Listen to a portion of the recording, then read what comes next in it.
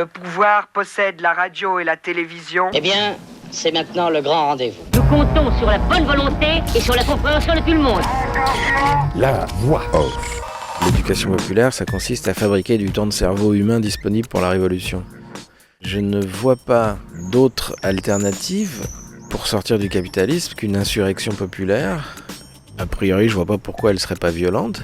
Si elle n'avait pas lieu, on ne sortirait pas du capitalisme. Il n'y a aucune possibilité, et surtout pas avec le vote, de sortir du capitalisme.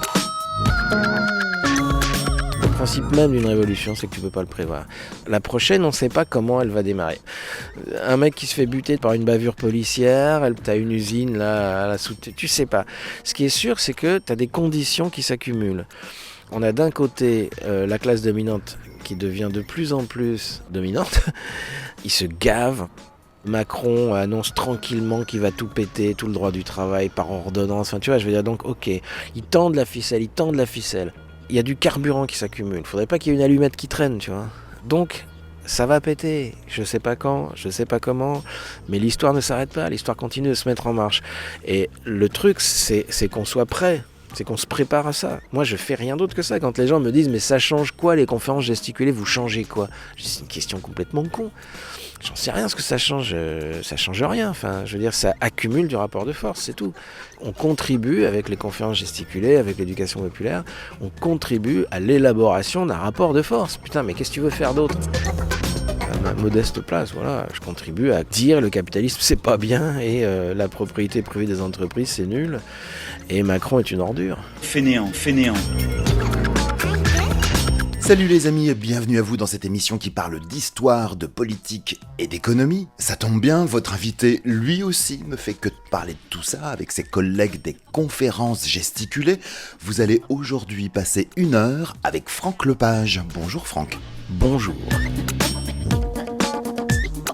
On va donc parler culture et éducation populaire avec Franck Lepage qui, vers la fin des années 2000, fait connaître ce qu'on appelle les conférences gesticulées et le travail de la SCOP, le pavé.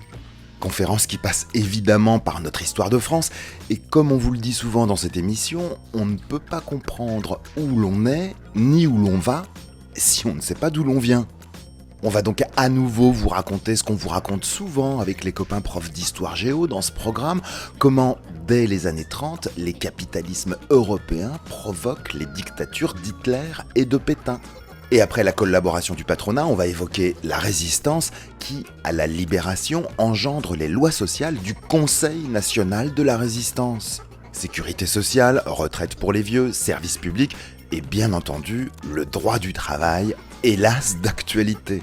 Conquête sociale, vous le savez, systématiquement détruite par les pouvoirs successifs au service du capital, qu'ils se prétendent socialistes ou pas. Et ce faisant, on va aussi passer par la première conférence gesticulée qui a fait connaître Franck Lepage, une conf intitulée Inculture, sujet bien plus politique qu'il n'y paraît et qui démontre comment ce qu'on appelle la culture a été détourné en arme de guerre sociale, notamment pendant la guerre froide. Alors bien évidemment, il serait stupide de généraliser ces analyses sur le business de la culture à toute l'activité artistique contemporaine, qui compte bien évidemment des créateurs de talent, mais plus que de l'art contemporain, on va surtout parler de l'arnaque de l'art comptant pour rien. Enfin, pas pour tout le monde, hein, rassurez-vous.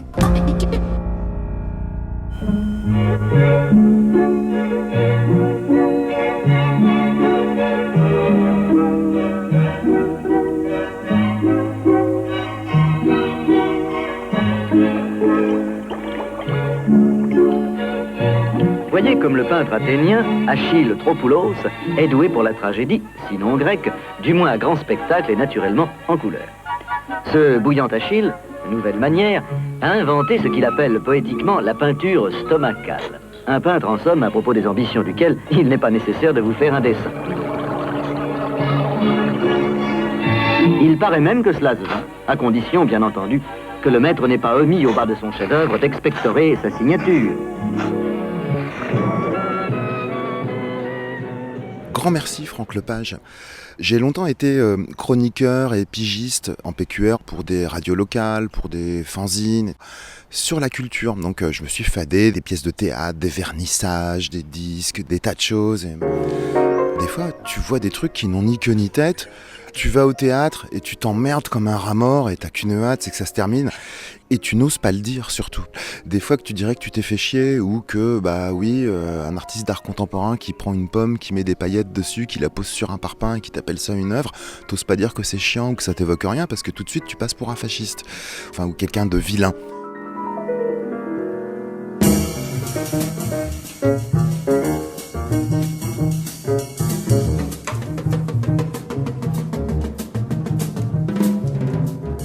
J'ai eu la chance d'être l'auditeur de la géniale et modeste émission Là-bas si j'y suis, animée par Daniel Mermet et son équipe sur France Inter. Émission qui a contribué à faire une énorme part de ma culture politique. Puis v'là-t-il qu'en 2010, Mermet accueille dans son émission un mec qui s'appelle Franck Lepage. Première conférence gesticulée sur Inculture. Et là, c'est un peu comme dans les tableaux, tu vois, t'as une espèce de lumière divine qui tombe sur l'auditeur avec des petits anges potelés qui jouent de la trompette. Ah, mais bon sang, mais c'est bien sûr.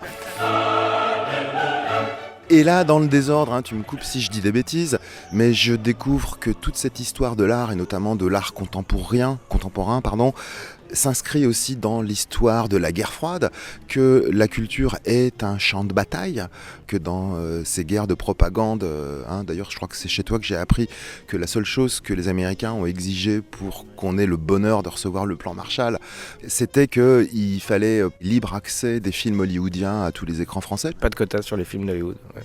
J'apprends donc que la culture, dans le cadre de la guerre froide, est un terrain de guerre idéologique et qu'il y a eu tout un travail de sape pour scinder culture de populaire, travail de sape pour scinder culture de peuple.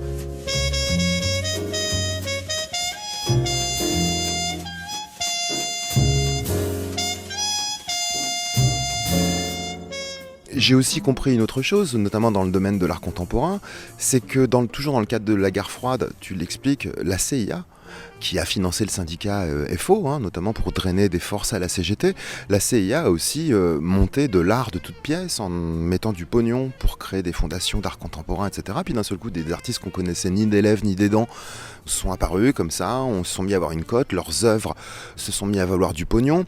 Et où tu expliques aussi dans ta conférence que finalement un artiste prend une pomme, la peint en bleu, la pose sur un parpaing et puis les riches entre eux décident que ça vaut tant d'argent. Donc finalement création d'une monnaie parallèle. Et c'est là comment on comprend comment Monsieur Pinault, mécène qui aime tellement les artistes, etc., arrive à escamoter une partie de sa fortune. Parce que l'art contemporain, ça sert aussi à ça. Et donc, au bout de 40 minutes d'émission et d'interview chez Daniel Mermet, d'un seul coup, il y avait 10 à 12 ans de mon activité de pigiste, de cultureux, chroniqueur de la chose culturelle qui d'un seul coup prenait du sens. Et j'ai enfin pu oser dire cette pièce de théâtre m'a emmerdé, cette œuvre d'art ne me génère aucune émotion, etc. Mais il a fallu en fait que ça passe par Lepage et Daniel Mermet pour que j'ose enfin le dire publiquement et sans me dire oulala, je vais passer pour un vilain fasciste. Voilà, donc ce long préambule pour dire une chose très simple en fait qui tient en 2 syllabes. Merci. Merci de me remercier. Écoute,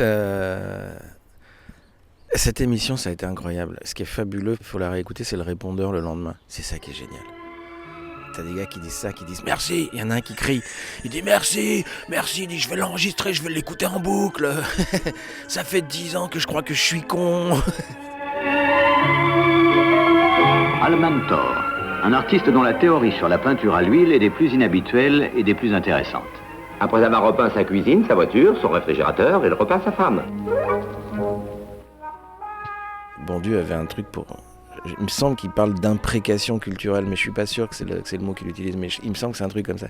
Ce truc qui est qu'on se sent con devant une œuvre débile, là, et qu'en fait c'est une violence symbolique tellement énorme que l'autorité publique, si tu veux, te dise ça vaut. Donc si ça vaut, et si toi tu trouves que ça vaut rien, Il faut que tu t'obliges à te dresser toi-même, il faut que tu te fasses du mal pour adhérer à ça. Tu vois. Et en fait, c'est une logique d'adhésion. On te fait adhérer à quelque chose, on te fait te soumettre, on te fait renoncer à ton intelligence. Tu vois. Et c'est super violent ce truc. C'est que c'est une violence qui est imposée, mais quand même pas à tout le monde, parce qu'il y a toute une partie de la population, en l'occurrence les pauvres, les ouvriers, les trucs comme ça, les gens qui habitent en banlieue, eux, on s'en fiche complètement, qui s'intéressent à la culture ou pas, c'est pas pour eux. Et c'est ce que t'expliques aussi dans une de tes conférences, ce qu'on appelle la culture, fermer les guillemets. Quand on appartient à une certaine classe sociale, qu'on appartient à un certain milieu, on s'habille comme ça, on parle comme ça et on consomme tel type de culture. Ça fait partie des hochets d'une caste. C'est un dressage des classes moyennes. L'enjeu des luttes de classe... On commence à dire des gros mots, c'est formidable. Oui, l'enjeu des luttes de classe dans une démocratie, c'est toujours le même. C'est d'arriver à convaincre les classes moyennes de faire alliance avec les classes populaires et de faire une alliance contre la classe dominante. Bon. Et tout ce qu'on appelle la culture, ça consiste à empêcher ça. C'est-à-dire que l'enjeu de ce qu'on appelle la culture, avec un grand Q, l'enjeu de la culture, c'est de convaincre les classes moyennes d'adhérer aux valeurs des classes dominantes contre les classes populaires.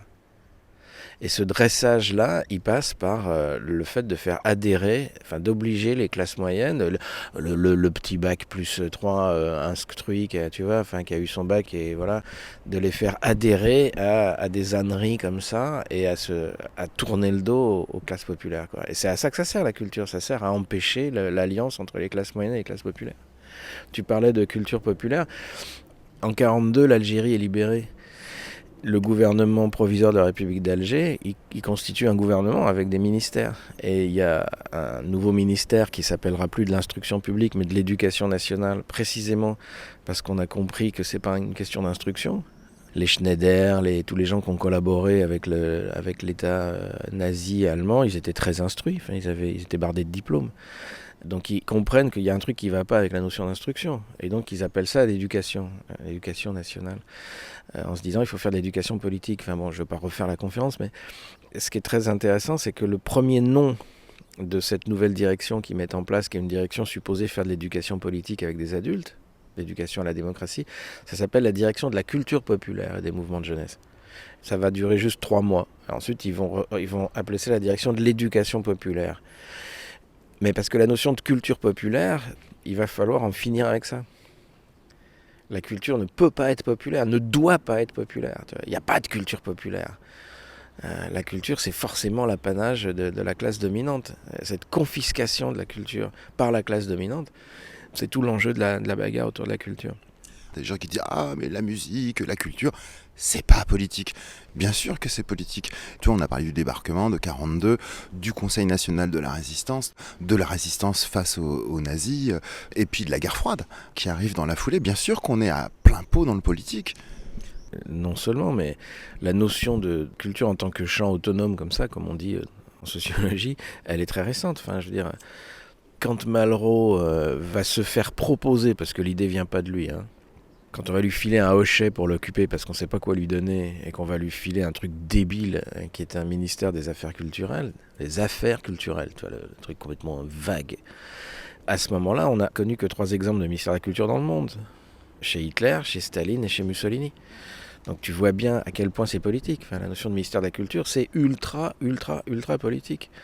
Il n'y a eu à ce moment-là que les principaux États totalitaires qui ont mis en place ce truc-là. Quelque chose qui s'esquissait quand même en 1936 avec ce personnage tout à fait flamboyant qui était Jean Zay. Quand même s'il n'y a pas eu de ministère, etc., Zay et Lagrange vont quand même sous l'égide de Blum esquisser ces choses-là. Oui, d'ailleurs, je crois que le ministère qu'ils mettent en place va s'appeler le ministère de la Jeunesse, des Arts et des Lettres ou un truc comme ça. Et il y aura une nouvelle tentative en 1947 d'ailleurs. Mais donc l'enjeu, c'est si l'État s'occupe de ça, c'est pour faire quoi ? Est-ce que c'est pour donner aux gens les moyens de le combattre ? Ou est-ce que c'est pour contrôler la docilité des classes moyennes ? N'importe quel étudiant en anthropologie ou en sociologie sait que la culture, ça ne sert pas à rassembler, ça sert à diviser. C'est tellement évident. La culture, c'est ce qui me permet de m'opposer à toi. Pas de t'accueillir, dans une communion fraternelle. C'est pas ça la culture. On nous dit que c'est ça. Bien sûr. La culture, ça sert à se distinguer de l'autre. La culture, c'est ce qui me permet de réaliser que toi tu vas dans un camping pourri à Palavas-les-Flots parce que t'es un con de prolo, alors que moi je vais faire du trekking vert dans le Cantal, tu vois. C'est ça la culture. En aucun cas un objet de réconciliation. C'est ce qui permet de se diviser, de se distinguer les uns des autres. C'est ça la culture. J'entends déjà les ululements anti-complotistes, hein. Puisque si des gens n'aiment pas le mot complot, utilisons le mot stratégie discrète.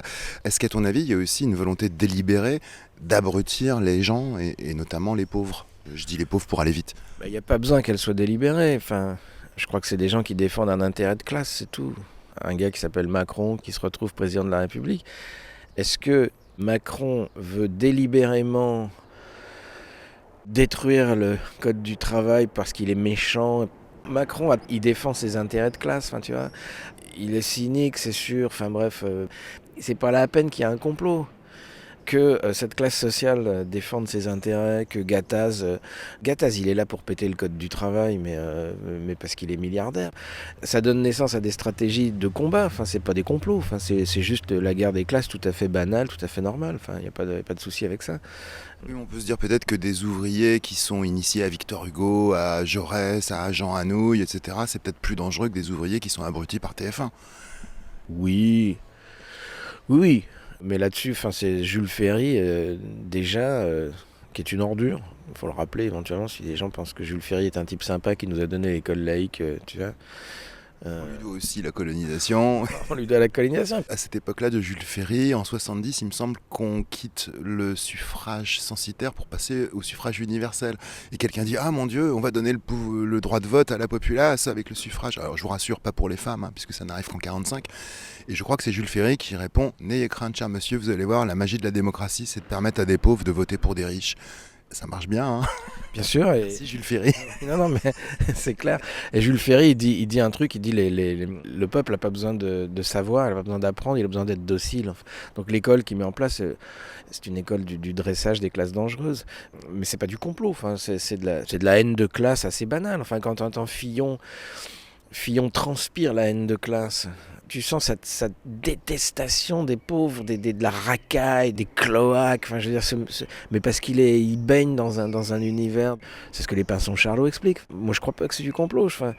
Je crois que c'est simplement une posture de classe qui fait que quand tu es riche, tu trouves ça normal d'être riche et que tu regardes les pauvres comme une espèce de truc à éradiquer. Enfin, tu vois. Classe laborieuse, classe dangereuse. Fainéant.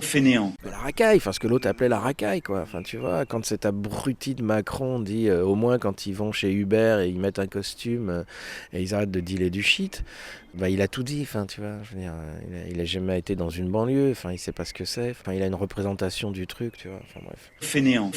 Et donc que ces gens-là mettent en place des politiques où ils considèrent que les fonctionnaires sont des feignasses, qu'il faut en supprimer 500 000. Enfin, tu vois, on nage dans des systèmes de représentation. Alors après, derrière, tu as des intérêts qui, eux, sont tout sauf cons.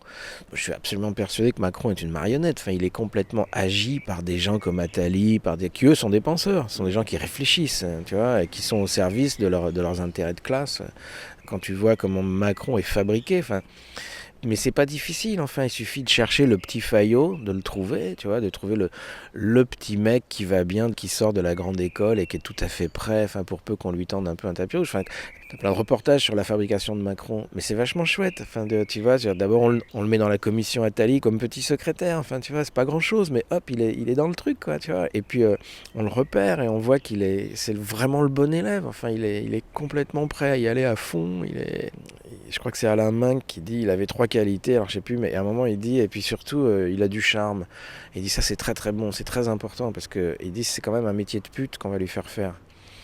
Donc est-ce que Macron est un complotiste ? Non, enfin je veux dire, il n'a pas besoin d'être complotiste, il est pris dans un système où il trouve ça trop bien de péter le code du travail, de donner tout le pouvoir au patron, enfin il est habité par des croyances, par exemple la croyance dans la propriété par exemple. Ça, c'est Bernard Friot qui dit un truc intéressant. Il dit, économiste Bernard Friot. Bernard Friot, qui par ailleurs est catholique de gauche, quand on l'interroge sur le fait qu'il soit catholique, tu vois, parce qu'il est marxiste et catholique, tu vois. Il y a un certain nombre de personnes, dont moi, qui disent à Bernard Friot, Bernard, comment tu fais pour être croyant ? Il y a un truc qui va pas. Moi, je suis athée pathologique, je suis athégriste, tu vois, je veux dire.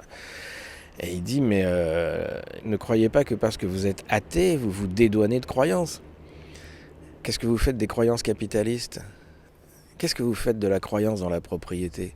Et là, si tu te poses 2 secondes, tu réalises que la notion de propriété n'est fondée sur absolument aucune base scientifique rationnelle. C'est une croyance. D'accord ? Si tu penses que parce que tu as le droit de posséder des chaussures, ce qu'on appelle la propriété d'usage, c'est la même chose que de posséder une entreprise, c'est-à-dire de posséder des gens, de posséder des ouvriers, d'accord, de les employer, de les licencier à merci. Si tu penses que ça c'est légitime, tu es complètement dans une croyance. Il faudrait que quelques personnes se lèvent pour dire ça ne va pas du tout. Il ne devrait pas être possible de posséder à titre privé une entreprise. C'est pas la même chose que des godasses, d'accord ? Dans le nom de la rose, il y a 2 congrégations catholiques qui se retrouvent pour débattre d'une question cruciale, c'est le Christ possédait-il ses chaussures ? Et tu vois Sean Connery et son petit moine qui sont en robe de bure, qui grattent avec leurs sandales, etc., qui sont face à des prélats couverts de bagouses et de diamants et d'or et de pourpre et tout ça. Et ils débattent spécifiquement sur cette question de godasse. Est-ce que Jésus possédait ses sandales ? C'est une question centrale. Quand Robespierre est dégagé, on va rajouter un adjectif dans la Constitution à la propriété. Jusqu'à là, on avait écrit la propriété est inaliénable. Après la chute de Robespierre, on rajoute est sacrée. La propriété est inaliénable et sacrée. Mais je ne sais pas si tu comprends l'implication de ça. La propriété est sacrée. Ça veut dire que c'est du religieux. On nous a demandé de venir jouer la conférence sur la protection sociale et le travail devant une assemblée de jeunes dirigeants. Le Centre des jeunes dirigeants, le CJD, qui en France est une espèce de bande de jeunes dirigeants de PME qui se pensent un peu plus à gauche que le MEDEF. Quand je dis un peu plus à gauche, c'est un peu moins à droite. Et ils ont raison d'ailleurs, par rapport aux multinationales, si tu veux, la petite entreprise, la petite PME de 25 personnes, ils en chient, bon d'accord. Moi j'étais vraiment pas chaud pour aller faire ça, en me disant je vois pas l'intérêt d'aller infliger à ces gens-là un discours complètement gauchiste, enfin ça n'a pas de sens, c'est débile, enfin bon, on négocie sur la façon de le faire, moi je dis je veux bien si Frio vient qu'il y ait un débat, enfin tu vois, sur le sens de la cotisation sociale, bon bref. Ça a lieu et ça se passe mal.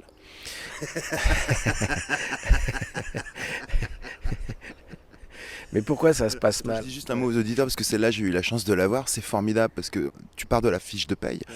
Quand on regarde la fiche de paye, en général on regarde que le chiffre qu'il y a en bas à droite, qui est les sous qui vont arriver sur notre compte en banque. Au-dessus, il y a tout un tas de machins qui sont marqués avec des chiffres, des trucs qu'on comprend rien et machin. Et c'est absolument génial, ça c'est la dernière conférence gesticulée que j'ai vue, c'est qu'avec ton collègue Gaël, vous expliquiez qu'est-ce que c'est que tous ces machins mystérieux qui a écrit juste avant le chiffre. Et là, on a toute l'histoire de France qui se redessine de 44, du programme du Conseil national de la résistance, la retraite, la sécu, le machin, etc. C'est un voyage à travers notre histoire de France récente via la fiche de paye. Donc voilà, c'était pour les auditeurs qui n'ont pas eu la chance de voir cette conf, mais qui est sur YouTube comme les autres d'ailleurs.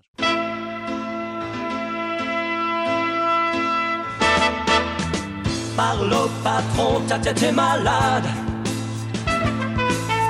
Parle au patron, ta tête est malade. Oh, oh. Parle au patron, ta tête est malade. Parle au patron, ta tête est malade. Oh, oh. Chaque fois que tu veux de l'augmentation, chaque fois qu'on paie pas tes cotisations. C'est ça que Macron va supprimer. Macron fait sauter la cotisation UNEDIC, enfin chômage, et la cotisation maladie, je crois, santé, c'est-à-dire qu'il va enfin dispenser les entreprises de financer, de payer notre protection sociale. Et il va transférer ça sur l'impôt, on va se la payer nous-mêmes.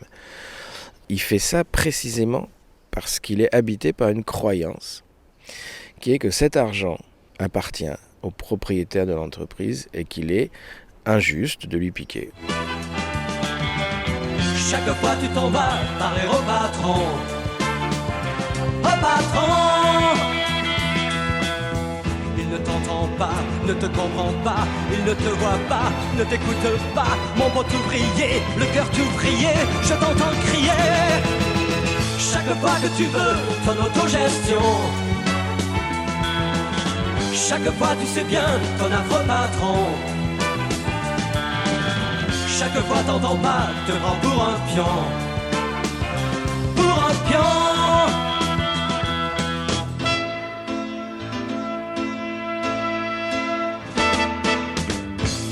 au patron, ta tête est malade. Parle au patron, ta tête est malade. Oh, oh. Et quand on fait le débat devant nos 200 jeunes dirigeants, c'est très amusant. Quand ils prennent la parole, ils disent leur prénom et leur nombre de salariés. Et donc ils lèvent la main et on leur tend le micro et ils disent Thierry, 25 salariés, quand vous dites nanana, ou Bernard, 19 salariés, enfin tu vois.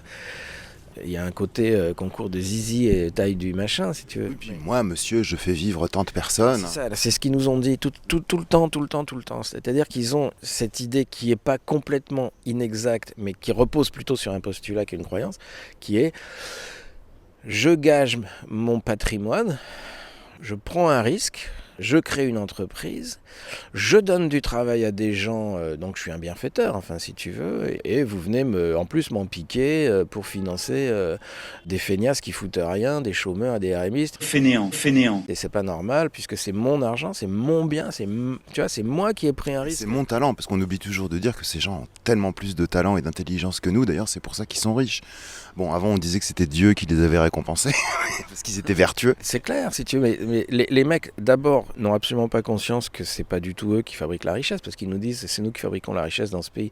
J'ai envie de dire non, c'est les mecs qui travaillent pour toi qui fabriquent la richesse. Ah bon, c'est pas Liliane Bettencourt qui fabrique tous ces rouges à lèvres le soir au coin du feu? Non, et en plus le patrimoine que certains d'entre eux mettent en avant, faut voir comment, enfin tu vois, ils l'ont récupéré, enfin de leurs parents, etc. Enfin bref.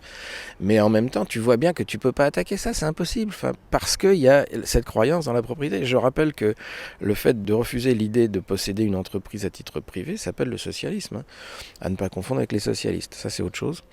Et en fait, dès la Révolution française, dès qu'on crée ce droit de posséder une entreprise, qui est le droit de propriété, dès ce moment-là, le débat commence avec Babeuf, avec Robespierre, avec les autres, sur le fait que tout un tas de gens disent non, il y a un truc qui va pas là. Vous êtes en train de nous remettre le servage sous une autre forme, enfin, avec le salariat, etc., etc. Et donc la limitation de ce droit de propriété, c'est l'enjeu constant. Ça va s'appeler le socialisme, ça va s'appeler le communisme, enfin, tu vois, mais on n'en est toujours pas sorti. Et là, Macron va tout dézinguer au nom du droit de propriété, enfin, tu vois. Il va finir de péter ce qu'on avait réussi à mettre en place à la Libération, à savoir le fait de décider que cet argent produit dans le cadre d'une entreprise, c'est tout autant l'argent des gens qui travaillent que l'argent du propriétaire qui a mis 3 sous dans l'affaire, et que donc à ce titre, nous sommes fondés dans le cadre d'un rapport de force à décider de la part que nous décidons de prendre sur les profits pour financer la protection sociale collective. Et donc Macron c'est un tel recul, enfin c'est incroyable. Enfin, Macron, là-dessus Mélenchon a tout à fait raison, c'est le retour au 19e siècle, mais vraiment, c'est pas une image, c'est le retour à cette idée que moi, patron, je te donne un salaire direct en échange de ta force de travail, c'est-à-dire je t'achète ta force de travail, du coup c'est un prix, et je suis quitte. Et je vois pas pourquoi je devrais payer les mecs qui sont à la retraite. C'est pas à moi de m'occuper de ça. Pourquoi je devrais payer des allocations familiales? Pourquoi je devrais payer... Mais c'est pas toi qui payes, enfoiré. Je veux dire, c'est l'argent qu'on fabrique ensemble, tu vois. Sauf que tu vois bien que si tu dis ça, le mec va te répondre, mais c'est ma propriété, c'est mon entreprise, vous aviez qu'à en faire une, moi j'en ai... Enfin tu vois, on est complètement autour de cette notion religieuse de la notion de propriété. Et donc on n'en sortira pas tant qu'on n'attaquera pas la propriété. Et tu vois bien que si tu oses attaquer la propriété, alors là, attention, là c'est autre chose. C'est Pol Pot, enfin tu vois, c'est le communisme, c'est le goulag, etc.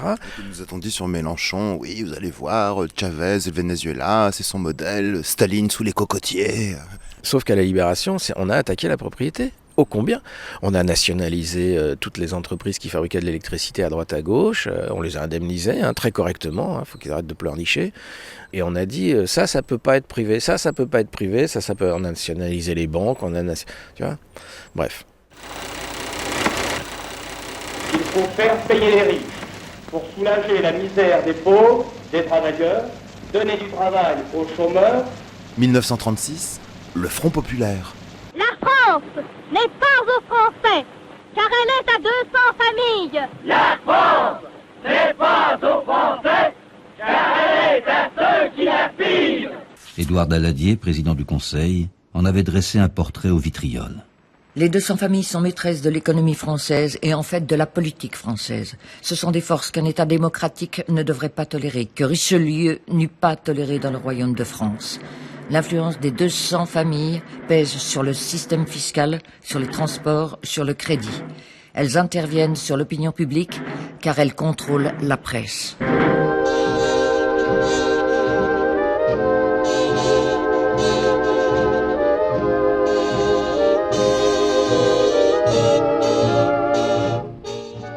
Au lendemain de la libération, il n'était pas de tâche plus urgente et plus importante que le châtiment des traîtres et des collaborateurs.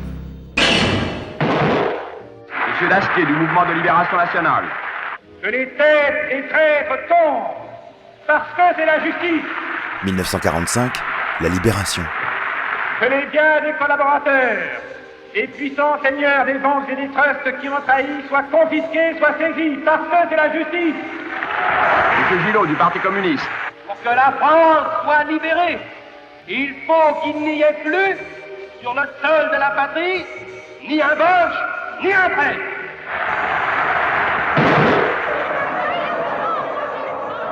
Voilà où se cachent aujourd'hui ceux qui s'enrichissent de la sueur du peuple, ceux qui sabotent la renaissance de notre pays. La collaboration rapporte. Qu'importe aux magnadéouillères de livrer à Hitler le charbon de la France. Les dividendes augmentent. Que les têtes des traîtres tombent, parce que c'est la justice.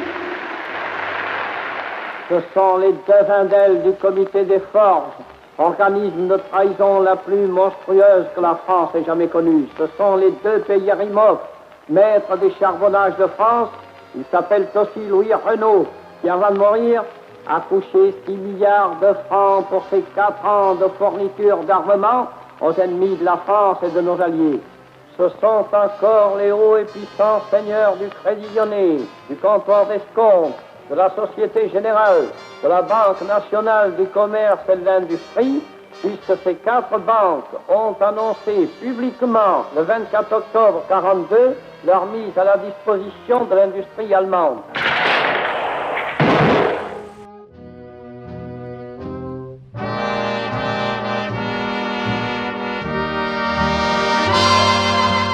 Donc, je sais plus ce qu'on disait, pourquoi... De l'importance de faire de l'histoire, hein, finalement, parce que si on sait pas d'où on vient, on sait pas où on est, a fortiori on sait pas où on va.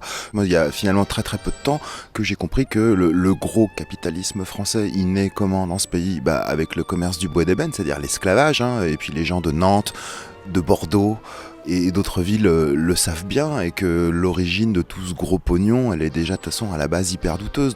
Là, il y a tout ce discours où on nous dit les riches, ils sont riches parce qu'ils sont vertueux et talentueux.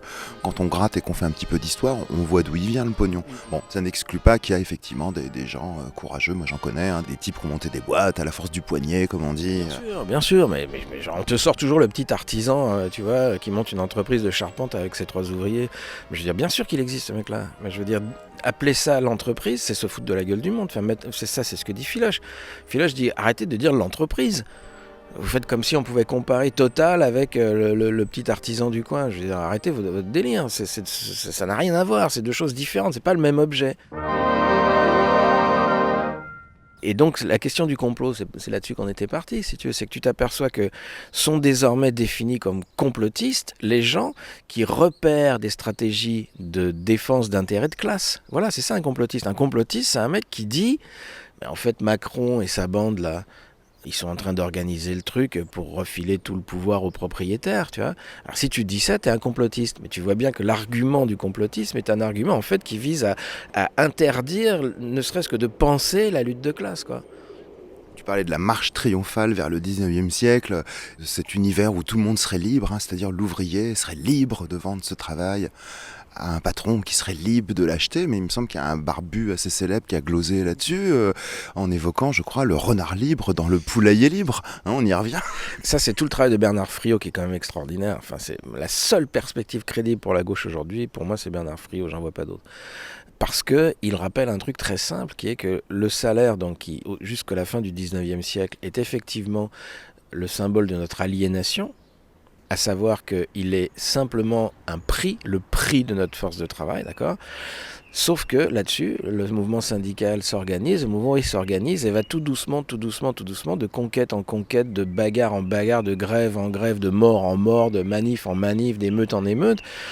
Le mouvement ouvrier va tout doucement modifier ce qu'est le salaire, la composition du salaire, et va petit à petit imposer, obliger, mais c'est une putain de bagarre, obliger le propriétaire de l'outil de production à pas seulement filer du salaire direct dans ta poche, mais en échange, pour avoir le droit de te faire bosser, il est obligé de filer des cotisations pour payer d'autres personnes, pour payer des malades, pour payer des chômeurs, pour payer des retraités, etc. Et tout doucement, de bagarre en bagarre, le salaire devient de moins en moins un prix pour devenir un barème. Alors, tu vas dire c'est subtil. Oui, c'est subtil. Ça suppose de se faire chier un peu dans des bouquins le soir, ce qui n'est pas donné à tout le monde. Quand on a bossé, on a plutôt envie de lire un roman policier. Mais je veux dire comprendre comment, grâce au mouvement ouvrier, à la CGT, aux résistants, comment le prix devient un barème, c'est-à-dire un rapport de force. Le salaire devient l'expression d'un rapport de force. Et donc le salaire, il est de moins en moins notre aliénation, de plus en plus notre émancipation. Et donc on arrive à construire ce truc extraordinaire, qui est que si tu veux ma force de travail parce que tu as créé une petite entreprise et que tu veux me faire bosser pour que je te ramène du pognon, si tu me donnes 1500 €, et ben maintenant tu es obligé de donner 1500 € à quelqu'un d'autre. Et c'est ça le truc absolument phénoménal, si tu veux, de la conquête ouvrière. Et c'est ça qui recommence à grignoter, mais dès 48. Et là, Macron va mettre probablement la dernière touche à ça, en finissant le travail qu'avait commencé Hollande, Rocard, enfin toutes ces ordures. Et on revient au 19e siècle. Alors c'est extraordinaire, parce que du coup, ton salaire net augmente. Alors là, l'arnaque, elle est grandiose, mais en même temps, elle est très bête à comprendre. Si j'autorise le patron à ne plus payer de cotisation, je peux augmenter ton net. Actuellement, si je te donne 1500, il faut que je donne 1500 à quelqu'un d'autre. En plus. Mais si Macron me dit, les 1500 que tu dois donner à quelqu'un d'autre, oublie. Garde 1000 pour toi et file les 500 au mec. Résultat pour les gens, c'est écrit dans le programme de Macron. Leur net va augmenter. Les mecs se disent, putain, Macron, il augmente les salaires. Il augmente pas les salaires, il diminue le salaire. Mais comment tu fais comprendre à quelqu'un que quand on te donne 500 € en plus, on diminue ton salaire ? C'est un truc qui rend fou, ce machin. Parce qu'on sait plus ce que c'est que le salaire. On pense le salaire comme salaire dans notre poche, salaire net. Je te donne 500 € en plus, mais maintenant tu vas te la payer ta santé, tu vas te payer ta retraite, tu vas te payer ta maladie, tu vas te payer ton chômage, tu vas te démerder comme un grand, on va te filer un panier. Tout ça, c'est la croyance dans la propriété. Donc... Tu es archaïque, Franck Lepage. Comme dirait Macron, tu ne penses pas printemps. Lorsque tout parfois semble perdu ou morose, il faut penser printemps. Il faut penser printemps, Franck Lepage. T'en fous du printemps. Pensez printemps, mes amis. Parle au patron, ta tête est malade. Parle au patron, ta tête est malade. Oh, oh, oh. Parle vite au patron. Vous êtes toujours avec Franck Lepage qui, avec d'autres, est l'un des créateurs de ce qu'on appelle les conférences gesticulées. Il y a des gens qui aimeraient bien t'enfermer dans la case humoriste, parce que c'est vrai que quand vous montez sur scène, non seulement on s'instruit, on est un petit peu éclairé, mais en plus on rigole. Ah bah Franck Lepage c'est rigolo, donc c'est un humoriste. Toi, comment tu définis ton travail ? J'arrive pas à le définir. Je me définis comme intellectuel. Militant, c'est chiant comme mot, non ? Non, militant, ça va. Mais éducateur populaire, ça veut rien dire. Intellectuel de gauche pourri, prophète indépendant, enfin tu vois. Bon. Non, mais intellectuel. Chomsky il a une définition d'intellectuel qui est géniale. Il dit un intellectuel, c'est quelqu'un qui s'efforce de dire de la façon la plus juste possible des choses importantes à des gens concernés par ces choses. C'est simple. Et c'est ce qu'on fait dans les conférences gesticulées. Dans les conférences gesticulées, il y en a 200 aujourd'hui qui tournent en France. On en accompagne environ 40 à 50 nouvelles chaque année. Alors, elles ne sont pas toutes de ton cru ou de celle de Gaël ou d'autres, c'est que ça fait des petits un peu partout. Bien sûr, c'est-à-dire que des gens voient ça et se disent « mais moi aussi je peux faire ça, moi aussi j'ai des trucs à dire en fait ». Puis c'est pas compliqué, hein. Il suffit de parler 1 heure devant des gens, quoi. Enfin, tu vois. De ramasser toute son expérience en un objet public partageable. L'assistante sociale qui part à la retraite, là, elle a 30 années derrière elle de politique publique au CCAS du coin, ou etc., ben, elle a un sacré savoir politique, la nana. C'est pas rien. Mais elle en fait rien. Elle va pas écrire un livre. Et puisqu'elle a vécu, tout le monde s'en fout. Sauf que si c'est ta belle-sœur, quand elle vient bouffer chez toi le dimanche, quand elle te raconte des trucs, c'est super passionnant, quoi. Ben, en fait, si cette femme-là, elle décide de monter sur scène, de ramasser ses 30 ans en 1 heure, et ben je peux te dire qu'on va apprendre plein de trucs, on va être complètement passionné, puis surtout on va comprendre plein de trucs politiquement sur c'est comment la cuisine là, du social, comment ça marche à la base là, tu vois, comment on traite un dossier, c'est quoi là, tu vois. Et donc les conférences gesticulées, c'est juste une forme de réappropriation de la parole, quoi, c'est tout, qui est complètement disponible pour tout le monde. Enfin, et voilà. Évidemment, on n'aime pas tellement les cases, les labels et enfermer les choses, mais c'est toujours intéressant d'essayer de cerner. Quelle définition donnerais-tu à l'expression, ouvrez les guillemets, culture populaire et éducation populaire ?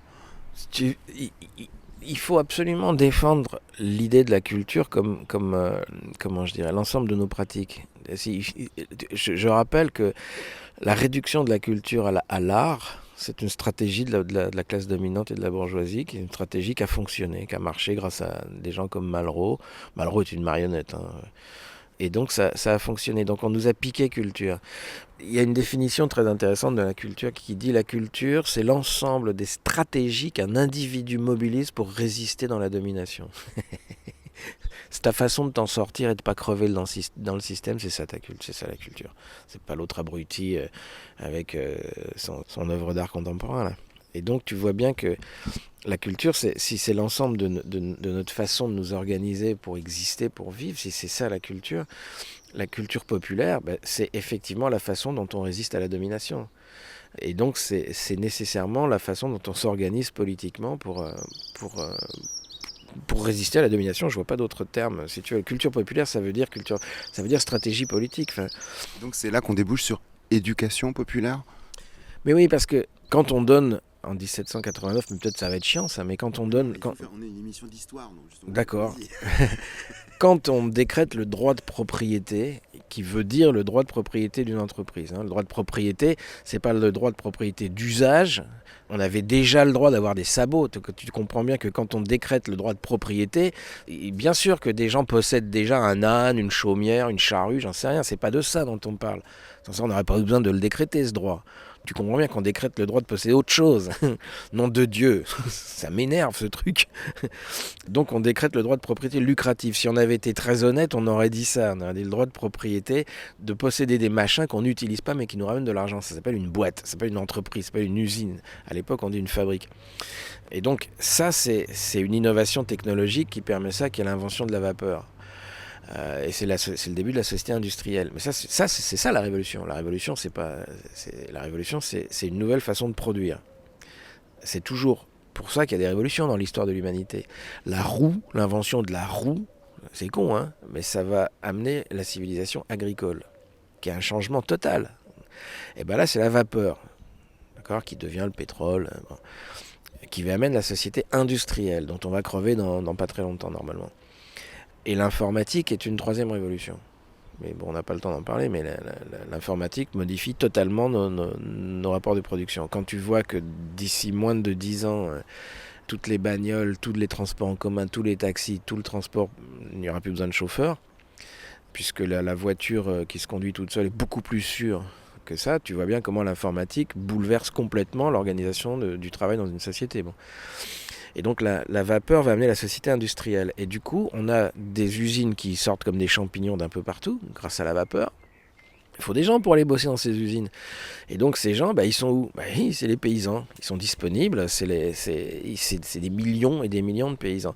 Et c'est pour ça qu'on explique que le capitalisme, c'est un système d'expropriation culturelle, c'est-à-dire c'est un système qui vise à t'enlever tout ce qui te constitue en tant qu'être humain organisé dans une communauté locale avec tes rites, tes habitudes, ta façon de te marier, ta façon de faire l'amour, ta façon de travailler, ta façon de faire une famille, enfin bref, la culture. Tous ces gens se retrouvent littéralement transformés en rien. c'est-à-dire en rouage d'une machine. On les colle sur une machine et du matin au soir, pendant 12 heures par jour, ils font le même geste. Ils deviennent littéralement déculturés. Ils n'ont plus aucune culture. Ils sont plus rien. Et ils vont mettre un siècle à redevenir quelque chose. C'est-à-dire ils vont mettre un siècle, tout le 19e siècle, à se demander ce qu'ils sont, à s'organiser et à constituer ce qu'on appelle la classe ouvrière, c'est-à-dire à redéfinir une nouvelle culture qui est faite de solidarité, qui est faite de création de mutuelles, de création de syndicats, de création de... Le sou du linceul, par exemple, c'est pour pas que quand tu meurs, on te jette dans une fosse commune, mais d'avoir le droit d'avoir un cercueil, on va créer des caisses pour mettre des sous en commun, pour avoir le droit que les gens aient une sépulture décente, enfin tu vois... Et donc cette organisation, ça s'appelle l'éducation populaire. Ça va s'appeler l'éducation populaire, ça va s'appeler la culture populaire. Quand tu penses que les ouvriers, il y a un débat qui traverse la classe ouvrière fin du 19e siècle, au moment de Jules Ferry, c'est est-ce que nous sommes d'accord pour envoyer nos enfants à cette école-là, à l'école de la bourgeoisie? Et la réponse de la classe ouvrière, c'est nous ne voulons pas mettre nos enfants à l'école de la bourgeoisie. Tu vois bien aujourd'hui le caractère tout à fait surprenant de ça. Tu chopes quelqu'un dans la rue qui est ouvrier, tu lui dis est-ce que vous êtes d'accord pour mettre votre gosse à l'école? L'autre il va te dire bah oui quand même. Mais à l'époque c'est non. Parce que les valeurs, la culture qui est transmise dans l'école de la bourgeoisie, c'est celle que nous refusons. Nous ne voulons pas qu'on transmette à nos enfants une culture de compétition, une culture de l'élite, une culture de je t'écrase, j'essaie d'avoir une meilleure note que toi. C'est absolument, nous sommes complètement opposés à ça. La culture ouvrière, c'est solidaire, c'est égalitaire, etc. Et donc, il y a des débats de nature culturelle, et ces débats, ces discussions de nature culturelle, cette dimension culturelle du mouvement ouvrier, c'est ce qu'on appelle l'éducation populaire. On va le perdre, la classe ouvrière va perdre la culture, et l'expression la plus flamboyante en France de cet échec, c'est le ministère de la Culture, qui fait que la définition de la culture va devenir seule la bourgeoisie peut définir ce qu'est la culture. Seule la classe dominante a une culture. Et bien, le mouvement très modeste des conférences gesticulées, des coopératives d'éducation populaire, la Comatour, l'Engrenage et tout ça, ce petit mouvement-là, c'est un mouvement de réappropriation culturelle. C'est-à-dire que, on dit, on se fait chier dans vos théâtres. Oui, on se fait chier. Oui, ce que vous appelez l'art contemporain est une arnaque, une escroquerie qui relève du pénal. D'accord ? Et quand on prendra le pouvoir, peut-être qu'on on vous demandera de rembourser. Premièrement, et deuxièmement, nous refaisons culture. C'est-à-dire, nous montons sur scène, nous disons comment ça marche, et ça, c'est de la culture. Vous êtes toujours avec Franck Lepage, l'un des créateurs de ce qu'on appelle les conférences gesticulées. Épouvantable activité bolchevique en fait, tu ne t'en caches pas. Non, absolument, ouais. D'ailleurs, quand on a créé le pavé, nos réunions, on appelait ça des soviets, parce qu'on s'était rendu compte que soviet, ça veut dire conseil de travailleurs. Alors, tu vois, on s'est dit, bah c'est ça en fait qu'on a. Donc on avait des soviets, une fois par mois, on avait un soviet de 3 jours. Ça interrogeait un peu certaines personnes. Ils les ont pris pour des malades. Mais non, si on avait plus d'humour, on n'aurait pas appelé ça le pavé, on aurait appelé ça le petit goulag ou un truc sympa, tu vois. Enfin... Non, parce que ce qui est terrible, c'est quand on assiste à une conf, c'est tellement bien expliqué, c'est tellement rationnel, parce qu'on est dans les faits, même si on s'amuse et même si c'est rigolo, il y a quand même l'exposition de faits qui, comme disait un autre barbu, sont têtus. Finalement, quand on sort d'une conf, en général, on sait à peu près ce qu'on va voter, si on savait pas trop. Ça devient assez évident. Merde. Ouais. Non, mais c'est une conférence. C'est bien pour ça que ça s'appelle conférence. Moi, je plaide pour qu'on s'échange nos savoirs stratégiques. Enfin, tu vois, la colère est un savoir, la rage est un savoir, la honte est un savoir. Enfin, je veux dire, quelqu'un qui est massacré dans... Mais c'est pas bien aujourd'hui, ça. Tu sais bien qu'on est tous des amis sur Facebook, qu'on s'aime, qu'on se met des petits pouces géniaux, c'est super. Voilà. Ça... Non, oui, c'est pour ça qu'il n'y a plus de politique. Le politique, c'est la désignation de l'adversaire. Hein. C'est la désignation d'un adversaire. En fait, tu vois bien que quand Macron dit... Enfin, comment ils font pour faire passer ce mec pour un ni droite ni gauche? C'est quand même énorme. Enfin, je veux dire, c'est fou, quoi. Je veux dire, il est pas ni droite, il est de droite. Enfin, c'est où le problème? Enfin, précisément, moi je dirais qu'il est ni de gauche, ni de gauche. Oui, c'est ça, ni gauche, ouais. Ah putain. Je suis de gauche.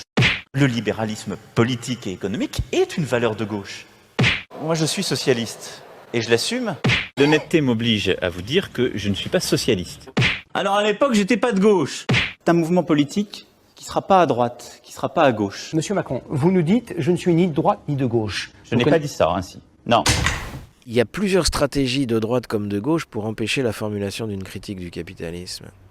Puis alors il y a aussi ce vieux truc qui apparemment marche toujours aussi bien, c'est de nous asséner que les extrêmes se rejoignent. Alors peut-être que ça existe dans un monde mathématique parallèle, je sais pas, moi je suis nul en maths. Lors de l'assassinat de ce militant d'extrême gauche, Clément Méric, ça a été beaucoup dit, ah c'est des extrêmes qui se bagarrent entre eux. Bon, sous-entendu, les extrêmes gauche, l'extrême droite, c'est pareil, puisque je reviens là à nos manuels d'histoire. Moi j'ai regardé un manuel d'histoire de 3e ou 4e il n'y a pas longtemps, t'as un chapitre qui s'intitule « Les totalitarismes ». Alors j'ai vu ça dans un cahier de vacances en plus, ils avaient fait une équation assez rapide pour que les mômes retiennent bien pendant leurs vacances. En fait, qu'est-ce qui a marqué dans les années 30 ? Régime totalitaire, t'as Hitler, Staline, et en fait on te fait l'équation. Hitler égale Staline, donc communisme égale nazi, donc Mélenchon égale camp de concentration. Mélenchon égale Le Pen, oui, et les médias ne disent que ça. Les extrêmes, alors déjà considérer que Mélenchon est un extrémiste d'extrême gauche, enfin je veux dire... on va se calmer là, enfin je veux dire, moi qui suis assez vieux pour avoir connu une extrême gauche qui ressemblait quand même un peu plus à de l'extrême gauche, je trouve que Mélenchon est très sage, enfin tu vois, ça va quoi, je veux dire, si c'est ça l'extrême gauche, enfin tu vois, comme je dis en blaguant dans ma conférence, l'extrême gauche dans les années 70, elle s'amusait pas à balancer des trombones sur les TGV, tu vois, je veux dire, elle calculait la taille du coffre pour mettre un cadavre de patron, donc ça ressemblait déjà plus à de l'extrême gauche, tu vois, donc... Là, Mélenchon, il est d'extrême gauche comme moi je suis plombier, quoi, tu vois. Enfin bref, il est de gauche, point barre. Enfin, en plus, il a le Parti communiste avec lui, qui est pas un parti d'extrême gauche, enfin, ça se saurait. Mais donc, ces gens-là sont mis dos à dos avec Marine Le Pen, enfin, ce qui est un pur scandale. Enfin, merde, quoi. En réalité, tu t'aperçois que ce sont deux formes de critique du capitalisme, mais qui sont vraiment pas les mêmes, qui critiquent pas le capitalisme pour les mêmes raisons. L'extrême droite a toujours été au service de la classe dominante, toujours. Mais tu vois bien que là encore, il s'agit d'empêcher la critique du capitalisme. C'est-à-dire que la critique même du capitalisme comme système basé sur la croyance en la propriété devient un acte de terrorisme. Et la notion de radicalisation, par exemple, c'est très malin d'avoir parlé de radicaliser, de radicalisation, parce que tu vois bien que tout doucement, on va interdire la radicalisation, mais y compris la radicalisation politique. Moi, je prétends être radical, enfin, je veux dire, j'espère que je suis perçu comme un peu radicalisé.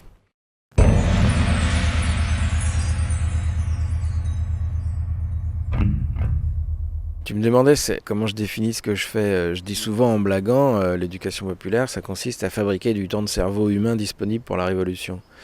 Mais en fait, au-delà du côté rigolo de la formule, le pire, c'est que je la pense tout à fait sérieusement. C'est-à-dire que je ne vois pas d'autre alternative pour sortir du capitalisme qu'une insurrection populaire.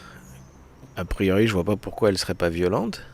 Si elle n'avait pas lieu, on ne sortirait pas du capitalisme. Il n'y a aucune possibilité, et surtout pas avec le vote, de sortir du capitalisme. C'est impossible.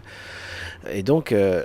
l'histoire ne s'arrête pas. Enfin, le 13 juillet 1789, qui pouvait imaginer qu'une manif bidon contre une prison vide allait donner le plus grand bouleversement politique de tous les temps? Personne ne pouvait l'imaginer. C'est juste que il y a tellement de conditions qui sont réunies que l'étincelle, ça va être la Bastille. Bon.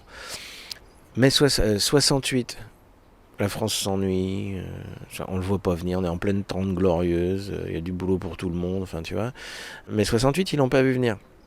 95, décembre 95, 9 millions de personnes en grève, 9 millions. Contre la réforme Juppé, contre les retraites, qui était le premier coup de boutoir contre les retraites. Oui, mais contre un truc complètement anecdotique, qui était de s'attaquer aux régimes spéciaux des retraites de la SNCF, enfin, tu vois, comme si on en avait quelque chose à foutre des régimes spéciaux de retraite de la SNCF. Enfin, mais sauf... cheminot, toi. Je suis pas cheminot, mais je veux dire, les gens ont tout à fait... Puis ce truc-là, ce que j'essaye de dire, c'est que tu peux pas prévoir une révolution. Le principe même d'une révolution, c'est que tu peux pas le prévoir. Ce que disent souvent les copains historiens dans l'émission, ils disent la preuve qu'il va se passer quelque chose, c'est qu'on ne voit rien venir. Oui, c'est ça. C'est très bon ça.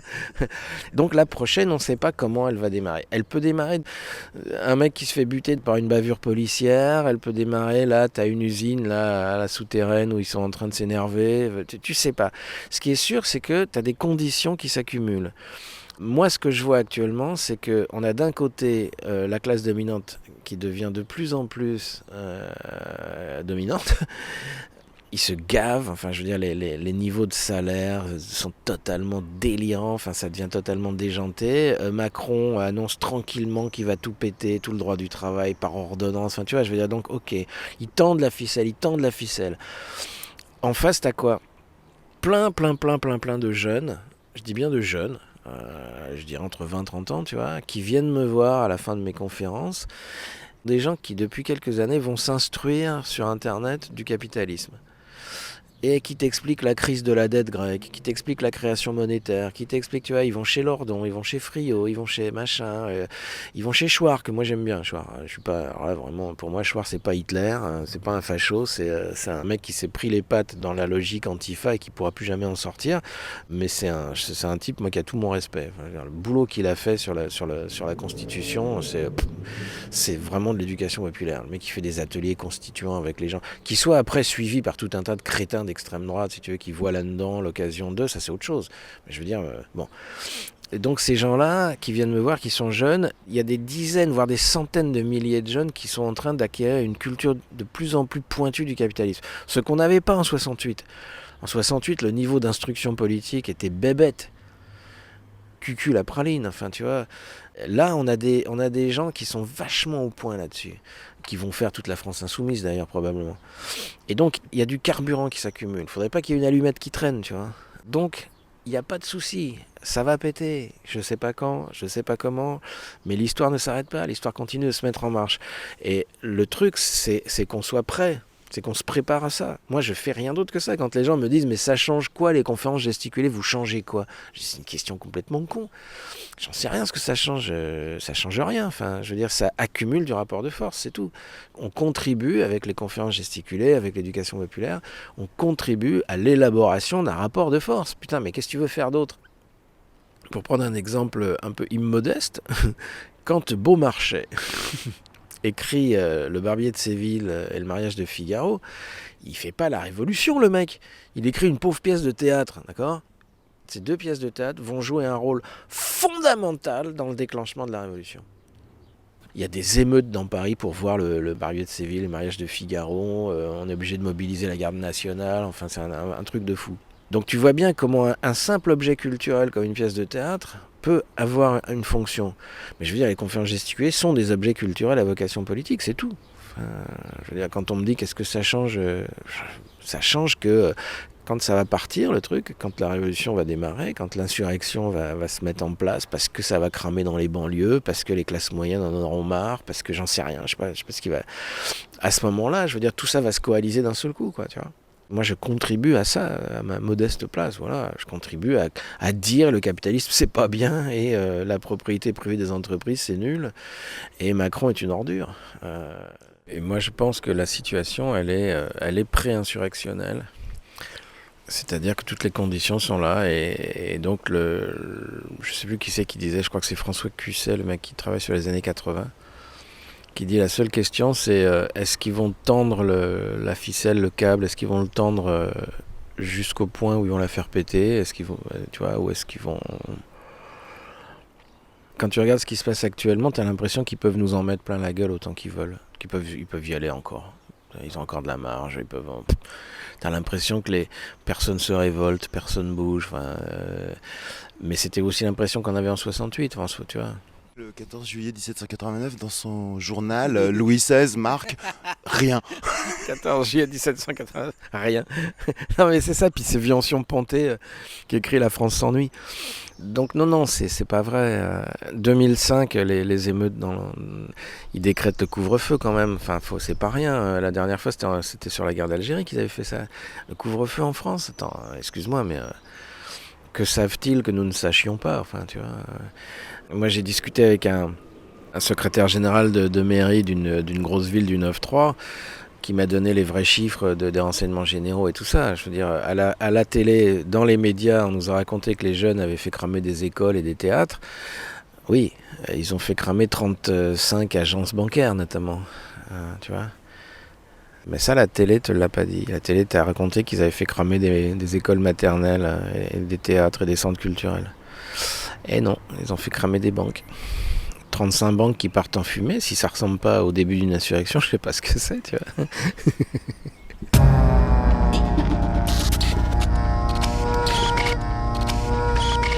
Voilà les amis, c'est ici la fin de cette première conversation avec Franck Lepage, qu'on remercie bien, et que vous retrouverez au prochain épisode de cette émission pour continuer à dire des choses politiquement très incorrectes, mais qui font tellement de bien.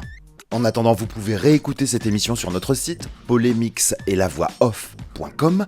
Ce n'est qu'un combat, continuons le début, motivés, on lâche rien. Salut. Terminé. Les petits comptes alternatifs doivent s'arrêter maintenant.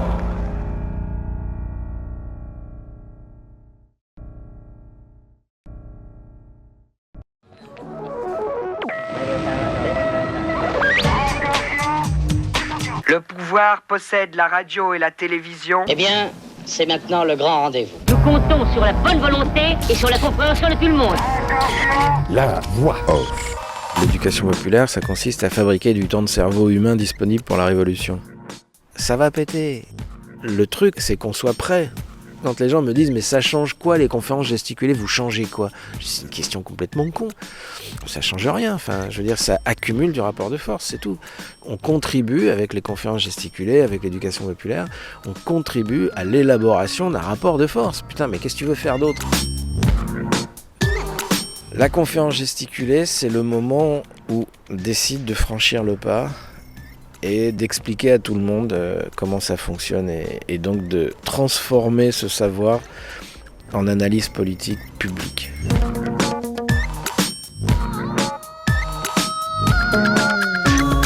C'est polémique, c'est bordélique, c'est pas sérieux, c'est pas comme une vraie conférence où il faut bien se tenir et en même temps je sais pas du théâtre non plus, enfin tu vois, je sais pas comment dire ce que c'est. Et donc quand je dis gesticuler, c'est une espèce d'oxymore, enfin c'est un truc dépréciatif quand tu dis quelqu'un qui gesticule. Et en fait ce que ça veut dire c'est que c'est pas légitime. Qu'est-ce que c'est qu'une conférence gesticulée ? C'est une posture d'illégitimité radicale. C'est je ne suis pas légitime, je vais vous parler quand même du truc. Je suis assistante sociale, j'ai pas fait l'école des hautes études en sciences sociales, mais je vais vous parler du RSA et je vais le défoncer, parce que je vais vous expliquer ce que c'est. Et donc ça consiste à décider qu'on est légitime et qu'on a un savoir et que ce savoir est politique. C'est une façon de reprendre la parole et de balancer, quoi, de dévoiler, d'expliquer. Ça réveille chez plein de gens d'un seul coup, mais moi aussi je veux expliquer, Aujourd'hui il y en a 200, ça tourne sur internet, on reprend la question culturelle. Le ministère de la Culture vomit là-dessus, vomit. Pour eux, c'est pas imaginable qu'on puisse qualifier de culturel une conférence gesticulée. Il n'y a aucune exigence artistique, on s'en fout complètement. Enfin, c'est du politique. Donc si c'est du politique, c'est pas du culturel. Le culturel est là pour tuer le politique.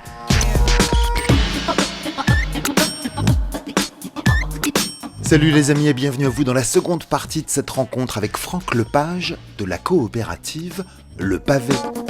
Franck Lepage, l'un des créateurs de ce qu'on appelle les conférences gesticulées. Bonjour Franck. Bonjour. Alors cette émission serait-elle une conférence gesticulée sur les conférences gesticulées ? Ou une conversation avec un gars, certes brillant et rigolo, mais qui n'est pas un grand savant, ni l'un de ces soi-disant grands spécialistes qui défilent à la télé ? Franck Lepage serait plutôt un citoyen lambda comme vous et moi, et qui a un jour décidé de prendre la parole pour dénoncer et surtout expliquer les rouages d'un certain nombre d'escroqueries. Et notamment dans le domaine de la culture officielle, milieu où il a longtemps travaillé, et c'est ce que Franck vous explique d'ailleurs dans sa toute première conférence intitulée « Inculture ». Et le plus intéressant, c'est qu'avec cette première conf, Franck va, avec ses collègues du Pavé, lancer un mouvement, une machine à éducation populaire, une mécanique à fabriquer d'autres conférences gesticulées. On revient donc aujourd'hui sur les origines de cette histoire qui pourrait devenir la vôtre.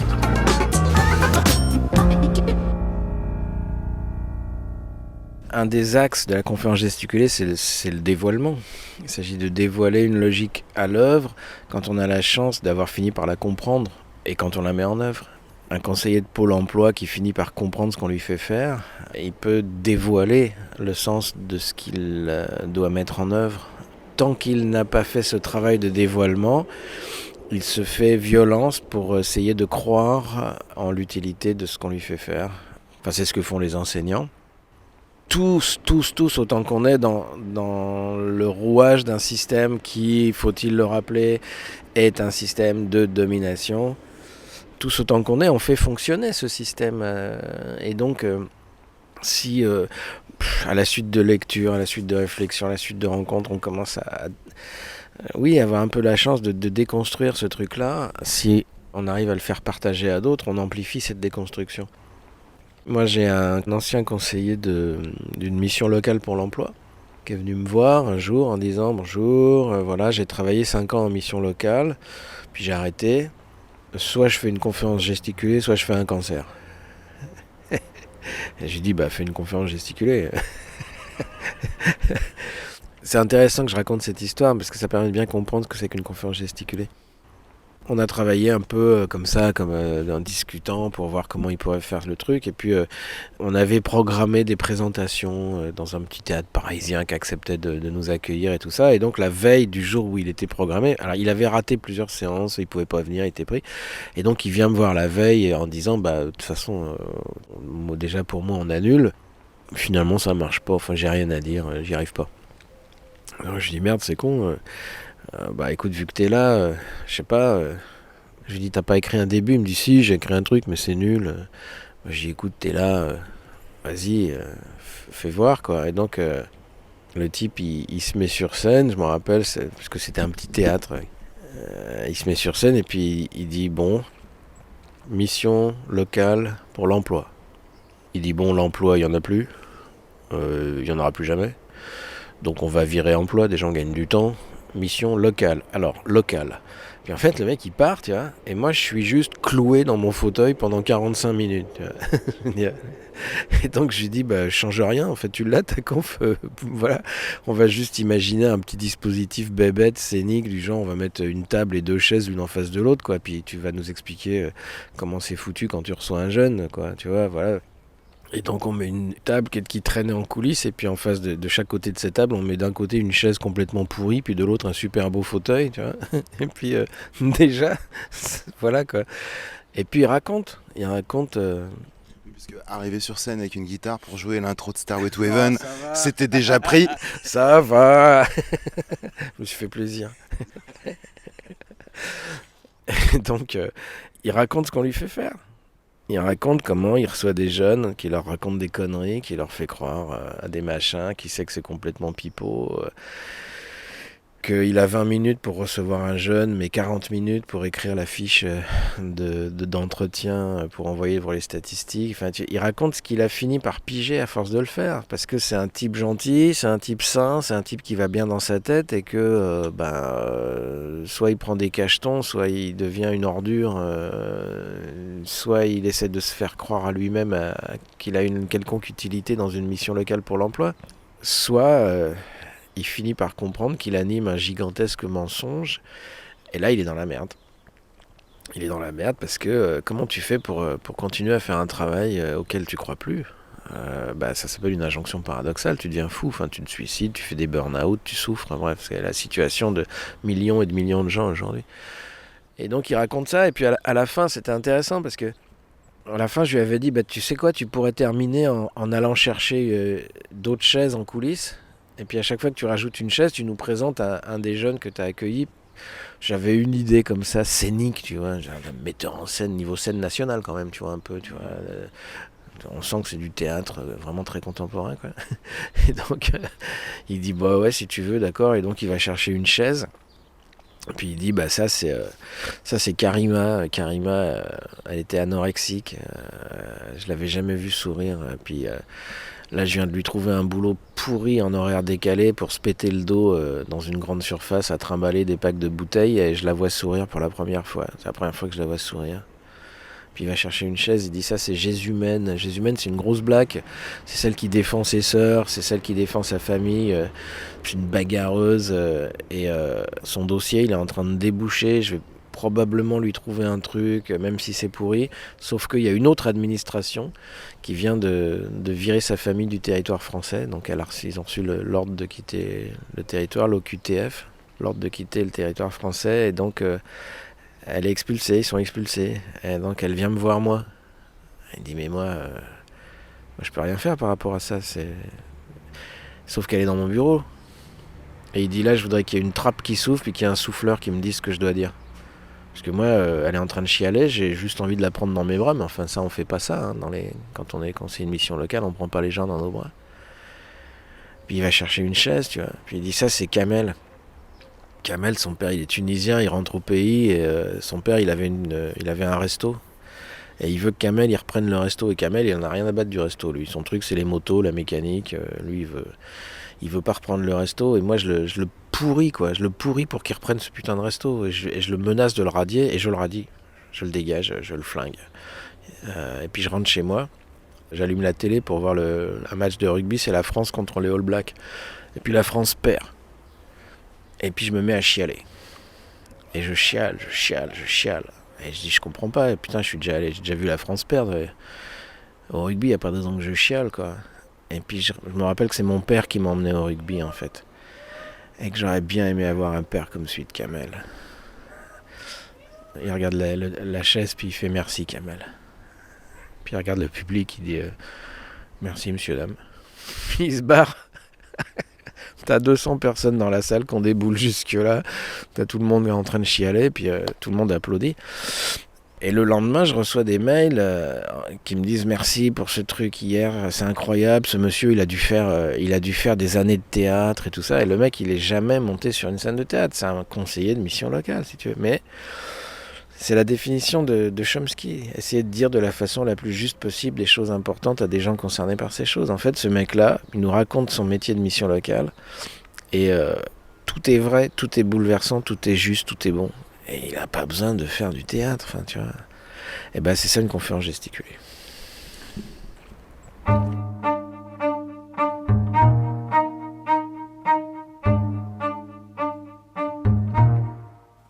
T'as pas toujours été conférencier gesticuleur. Toi aussi, peut-être que tu es passé à côté du burn-out ou du cancer ou de la maladie qu'on se fabrique parce qu'on est malheureux dans ce qu'on fait et dans ce qu'on nous oblige à faire.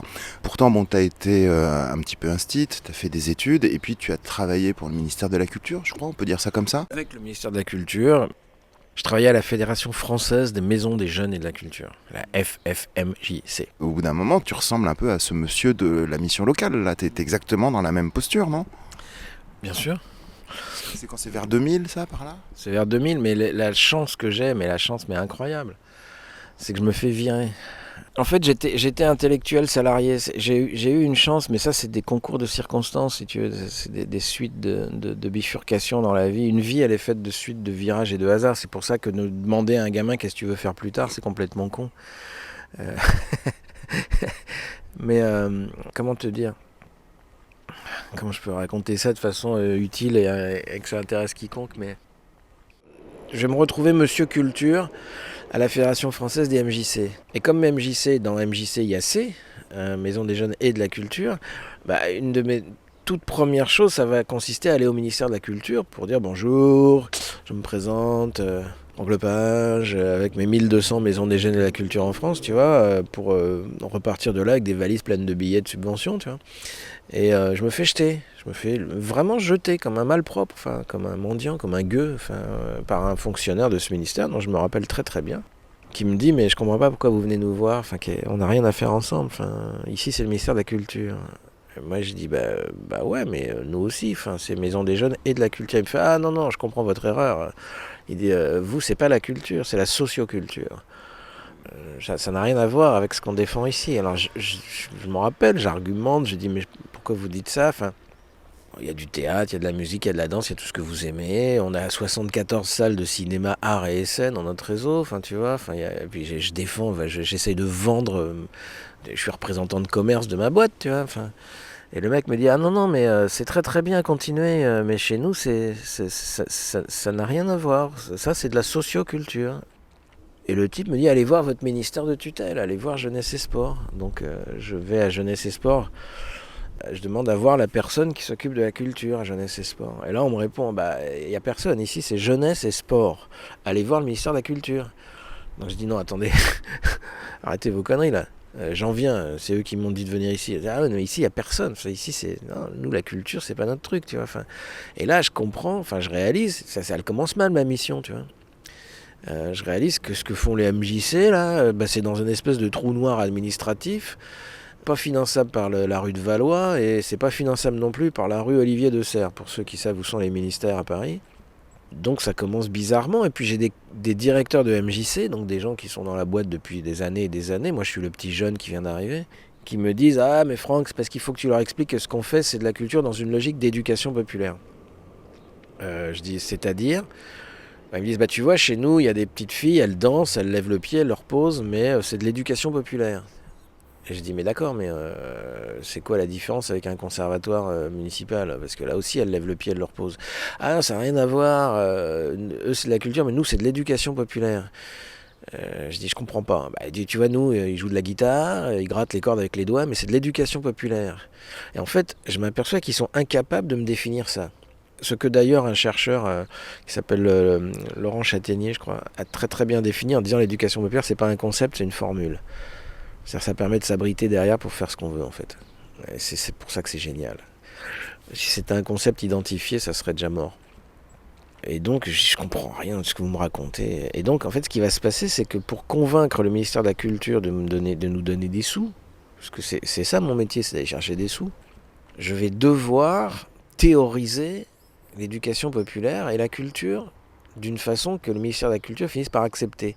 Et donc, je vais me retrouver, en fait, intellectuel, salarié. En fait, je vais me retrouver à penser l'éducation populaire, donc à travailler avec des chercheurs, à rencontrer des gens, notamment ce Belge qui s'appelle Luc Carton, qui écrit un article en 91 sur lequel je finis par tomber, dans lequel il dit l'éducation populaire en France vous en avez pas, en France vous avez l'animation socio-culturelle, c'est le contraire. L'éducation populaire vous savez plus ce que c'est. Et du coup je vais travailler avec lui, on va organiser des colloques et des machins, enfin tu vois.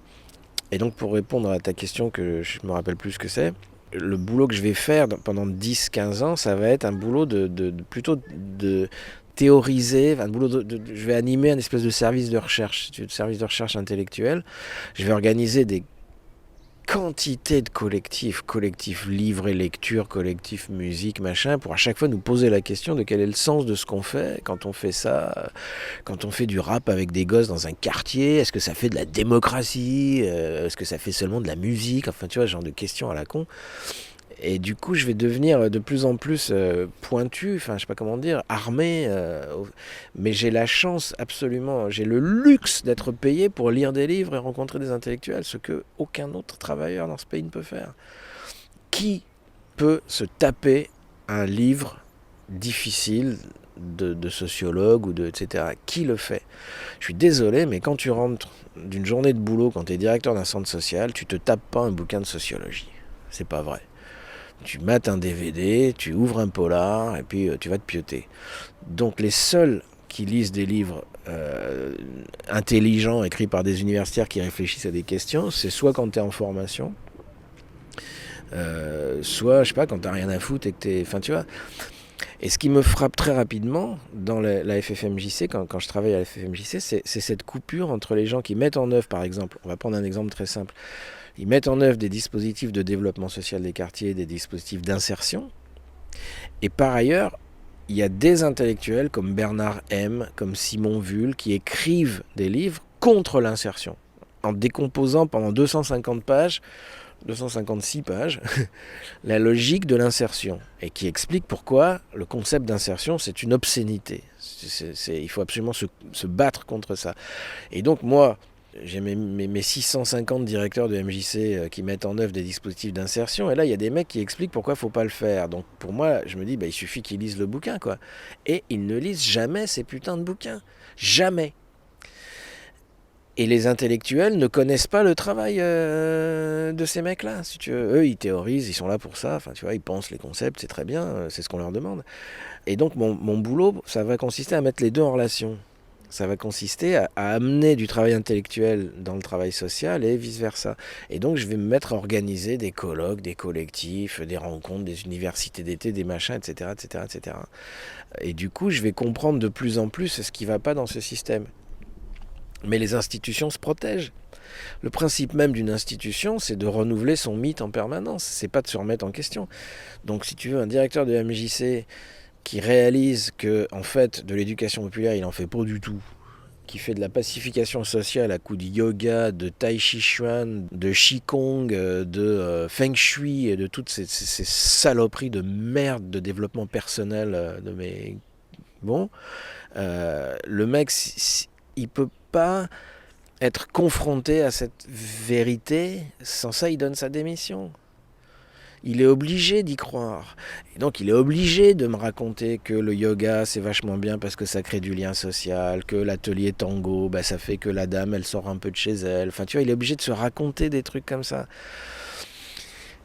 La conférence gesticulée, c'est le moment où une de ces personnes-là décide de franchir le pas et d'expliquer à tout le monde comment ça fonctionne et donc de transformer ce savoir en analyse politique publique.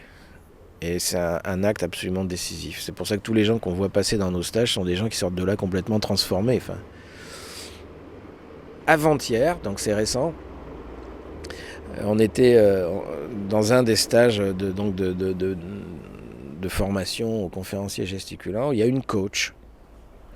Alors pourquoi elle s'est inscrite chez nous, ça c'est mystère et boule de gomme. Enfin, toujours est-il qu'elle se retrouve chez nous et elle a un discours de coaching et elle y croit. Et donc elle nous raconte des salades comme quoi déconstruire l'intérieur de soi pour reconnecter son soi avec son moi dans l'identité du soi. Tu vois, je veux dire...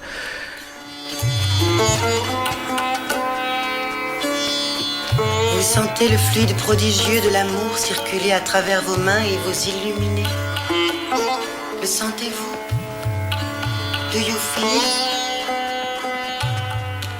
Elle nous raconte ses conneries de coaching et elle le fait sincèrement, elle le fait avec générosité, c'est pas la question si tu veux. Et donc, de discussion en discussion... Elle finit par nous expliquer à quel point elle s'est fait massacrer dans des organisations du travail totalement maltraitantes et comment elle a cherché à s'en extraire, mais du coup elle s'est retrouvée auto-entrepreneuse, donc elle est tombée encore plus bas. Et puis au bout d'un moment, elle en pouvait tellement plus, elle a fait un burn-out. Aujourd'hui, si à 50 ans t'as pas fait un burn-out, t'as raté ta vie. Et donc, ça te fait marrer. Mais voilà, c'est pas une intello, elle est pas Marx plus 12, elle fait avec ce qu'elle a, avec ce qu'elle trouve. Elle trouve un truc qui s'appelle le coworking, elle a l'impression que c'est un machin où on peut être plutôt ensemble. Et puis elle te sort des trucs du genre, c'est vachement bien parce que les patrons et les employés peuvent manger ensemble dans l'espace commun. Enfin, tu vois. Et là, tu vois cette personne en train de chercher, quoi. Et évidemment, tout doucement... tu comprends qu'est-ce qu'elle trouve dans le coaching. Elle trouve une forme de réponse pour se défendre un peu contre ce système monstrueux de massacre des gens dans une organisation du travail de dingue, de management à la con. Et donc, quand elle présentera sa conf au mois de... c'est évident qu'elle aura mis du politique là-dedans, qu'elle aura bougé, puis qu'elle aura commencé à oser nommer un certain nombre de choses, et que son rapport à ça deviendra un objet politique vachement intéressant à partager avec d'autres gens, quoi.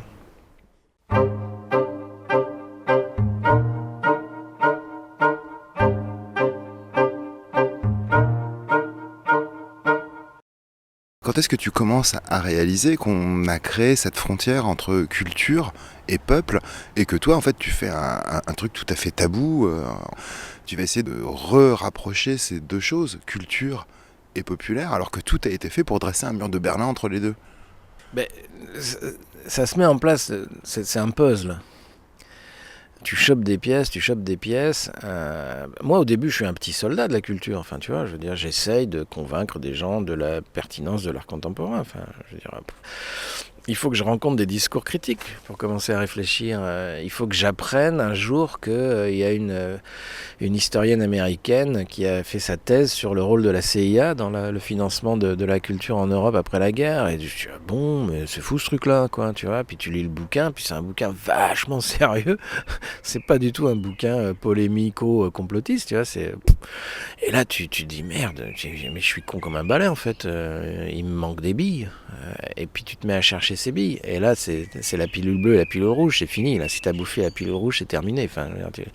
Et tu vas te mettre à être beaucoup plus attentif à toutes ces informations-là. Et puis tu vas te construire ton propre jugement critique.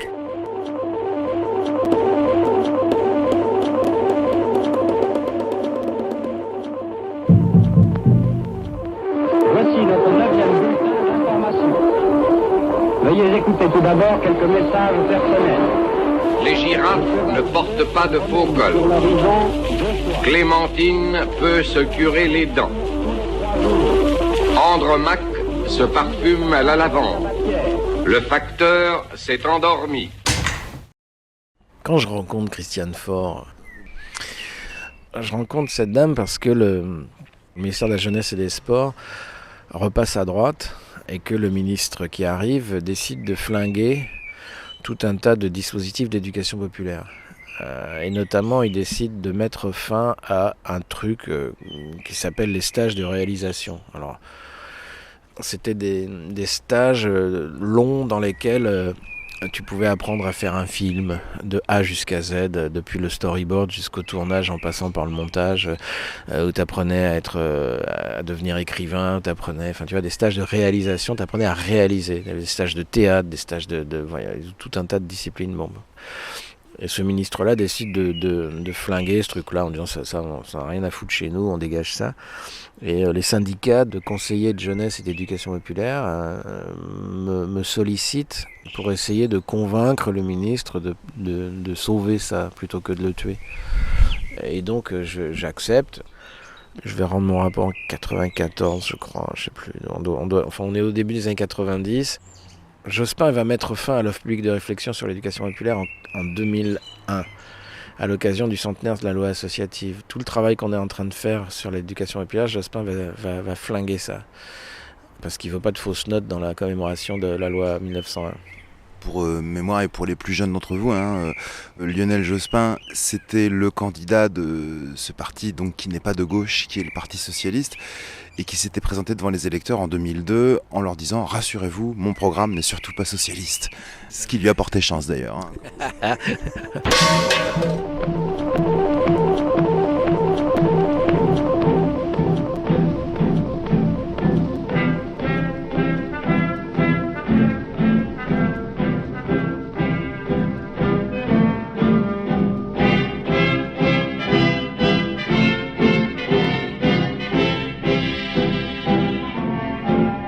Je vais aller chercher les témoins survivants qui avaient mis en place la direction de l'éducation populaire à la Libération.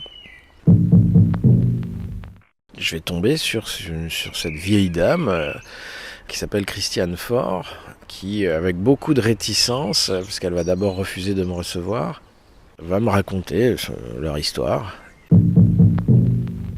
Et là, je vais prendre de nouveau une enclume sur la tête. Je vais réaliser qu'il me manque tout un tas de billes, qu'il me manque un pan de l'histoire, quoi. Et c'est notamment à force de rencontrer ces gens-là que je vais comprendre l'arnaque de Malraux. Je vais comprendre que le ministère de la Culture, c'est un projet qui a abouti à tuer complètement toute possibilité d'un ministère de l'Éducation populaire, de la culture populaire digne de ce nom, qui va créer un système complètement élitaire, un système antipopulaire. T'imagines ce qu'il faut de déconstruction pour arriver à sortir de ça, je veux dire. C'est pour ça que je suis prudent avec la critique de l'art contemporain quand je fais ça sur scène, parce que si tu prends pas le temps de mettre toutes les pièces du puzzle sur le tapis, si tu te contentes de dire l'art contemporain c'est de la merde, tu passes pour un réac, un poujadiste, un mec du Front National. Le travail de la critique, le travail de la pensée, il est long, il est compliqué. Et en face, tu as des arguments simplistes. La domination fonctionne à coup d'arguments simplistes. Quand le Front National disait il y a 3 millions de chômeurs, il y a 3 millions d'immigrés, si on vire les immigrés, il n'y a plus de chômage, cet argument-là a l'air simple et vrai. Si tu veux déconstruire cet argument-là, c'est long. Il faut expliquer qu'en fait c'est faux, ça marche pas comme ça. Il faut expliquer comment structurer le marché du travail, quel rôle on fait jouer aux immigrés là-dedans. Tu vois, je veux dire, et tu peux arriver in fine à démontrer que cet argument est débile. Le problème, c'est qu'un truc intelligent, souvent, ça prend plus de temps à dire qu'une connerie, quoi. Oui, c'est ça, et c'est pour ça que le temps médiatique est là pour empêcher. C'est pour ça que ce que tu fais est subversif, parce que tu fais des émissions d'1 heure. Radio Paris, Radio Paris, Radio Paris est allemand. Radio Paris ment, Radio Paris ment, Radio Paris est allemand. Il y a quelque chose qui m'a beaucoup impressionné, donc la première fois que je t'ai découvert chez Daniel Mermet en 2010, et tu racontais déjà cette histoire, et notamment cette rencontre avec Madame Christiane Faure. Évidemment, tu sais y mettre de l'humour pour que ce soit drôle, donc ça passe bien. Et il y a une petite anecdote très amusante, parce que je crois que tu passes un coup de fil d'abord pour te mettre en contact avec Christiane Faure, et apparemment c'est un monsieur qui te répond. Oui, c'est un monsieur, et donc je lui demande à rencontrer Christiane Faure, et ce monsieur me répond « Et qu'est-ce que vous lui voulez, Mademoiselle Faure ?» Et en fait, c'est Mademoiselle Faure que j'ai au téléphone. Elle consent à te recevoir, pas de papier, pas de crayon, surtout pas de magnétophone, que cette femme devait être triste, désabusée, dégoûtée, vénère, pour que, voilà, un brave type comme toi qui s'intéresse à cette histoire, qui vient exhumer 70 ans ou 60 ans après, etc., mais cette interdiction de prendre des notes pour une rencontre qu'elle t'annonce unique. Vous dites, je vais vous recevoir, mais ce sera la première et la dernière fois que vous me verrez. Il y en a d'autres de son équipe qui ont refusé de me rencontrer. Charles Antonetti, qui est un des personnages très très importants de notre histoire nationale théâtrale. Qui connaît Charles Antonetti ? Enfin, 3 spécialistes et demi en France. Et Charles Antonetti refuse de me recevoir. Il ne veut plus parler de cette histoire. Ils ont tous été écrabouillés, massacrés dans cette histoire. Il y en a un qui s'appelle Henri Cordreau, lui il m'a reçu. Henri Cordreau, je suis tombé sur une lettre de lui en travaillant aux archives, qui est une lettre de 1967. Donc lui est conseiller d'éducation populaire de théâtre. Il cherche avec le théâtre à faire de la conscientisation, à ce que les gens s'expriment, montent sur scène. Il ne cherche pas du tout à leur faire avaler les grandes œuvres du patrimoine et à les gaver à coups de Sophocle et d'Antigone dont il a à peu près rien à foutre. Par contre, en 68, il sera dans la rue à faire du théâtre avec les gens dans la rue à partir des bulletins d'information sur le général de Gaulle. Enfin, tu vois, ce genre de théâtre politique, d'agitation propagande, enfin, qui ne cherche pas l'art tout en ayant tous les codes du théâtre et en sachant les maîtriser. Enfin, ce que le ministère de la Culture appelle aujourd'hui du socio-cul, enfin, tu vois, on a envie de vomir. Et donc ce monsieur, en 67, il assiste à un des virages de la politique culturelle française qui est le colloque à Avignon de la Fédération nationale des communes pour la culture, la FNCC, un moment que quelques spécialistes en France connaissent, qui est le moment où Roger Planchon, Patrice Chéreau, Ariane Nouchkine, toute la jeune garde qui arrive et qui va virer les anciens, et les vieux résistants et tout ça, qui va prendre le pouvoir, réclame, selon la formule qui est restée désormais célèbre, tout le pouvoir au créateur. Roger Planchon réclame tout le pouvoir dans les équipements culturels, tout le pouvoir aux créateurs. Pas aux administrateurs, pas aux gens qui doivent penser, non, les créateurs. Et donc il réclame ce que Jacques Lang réalisera, cette espèce de souveraineté absolue, délirante, psychopathique, névrotique du créateur. Celui auquel rien ne doit être opposé, au fantasme duquel rien ne doit être opposé. Je veux 100 gonzesses à poil sur scène qui descendent du plafond pendues par les pieds, on doit me l'offrir. Ce que n'importe quel psychanalyste est capable de décoder très facilement, comme une régression névrotique. Un fantasme de toute puissance, si tu veux. Et donc il assiste à ça. Il écrit une lettre à un de ses collègues qui est Jean Nazet. Et dans cette lettre, il lui dit c'est foutu. C'est mort. Et il dit notre projet d'éducation populaire issu des camps de concentration, etc., puisque lui était en captivité en Allemagne et tout ça, avec une grande partie de l'équipe de Christiane Faure vient de la captivité. Il dit ce projet vient de mourir sous mes yeux. Ils recréeront des mandarins comme en URSS, des mandarins de la culture. Ils voient venir toute cette clique de Chéreau, Jean-Pierre Vincent, enfin tous ces barons, si tu veux. Il écrit noir sur blanc à notre projet d'émancipation des gens avec des outils comme le théâtre, le cinéma ou d'autres choses comme ça, mais dans une logique d'émancipation. Tout ça est en train de se retourner et ça va devenir des instruments de domination et on ne pourra rien faire et c'est foutu, c'est mort. Et quand j'ai rendu mon rapport au ministre, et que ce rapport a fait un peu de bruit, on m'a demandé qu'est-ce que j'envisageais comme suite de ce travail, et j'ai immédiatement dit il faudrait faire un colloque, mais il faudrait le faire à Avignon, comme une espèce de revanche, si tu veux. Et ce colloque va avoir lieu, et je vais faire intervenir, Christiane Faure ne pourra pas venir parce qu'elle est trop fatiguée, Henri Cordreau, lui, viendra tant bien que mal, ils sont très vieux, très abîmés, très fatigués. Et je terminerai le colloque en disant à M. Cordreau, il y a 30 ans, là, en 67, vous avez écrit c'est foutu. J'ai dit c'était dans cette même salle. Et ce colloque, je l'ai fait pour vous.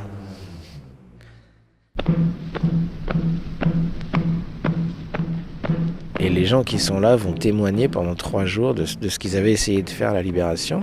Je pense en particulier à Gabriel Monet, qui à la tribune raconte on était des jeunes cons dans la Résistance. Il dit on était dans les maquis, on croquait des noisettes, on était des branleurs. Et il dit il y a un type qui est arrivé avec un grand sac. Il a retourné par terre, c'était plein de livres. Et il nous a dit je vais vous apprendre à penser.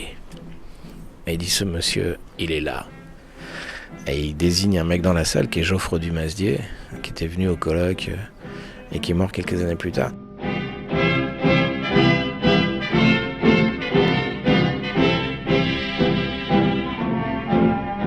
Amis, entends-tu le vol noir des corbeaux sur nos plaines? Amis, entends-tu le chant lourd du pays qu'on enchaîne?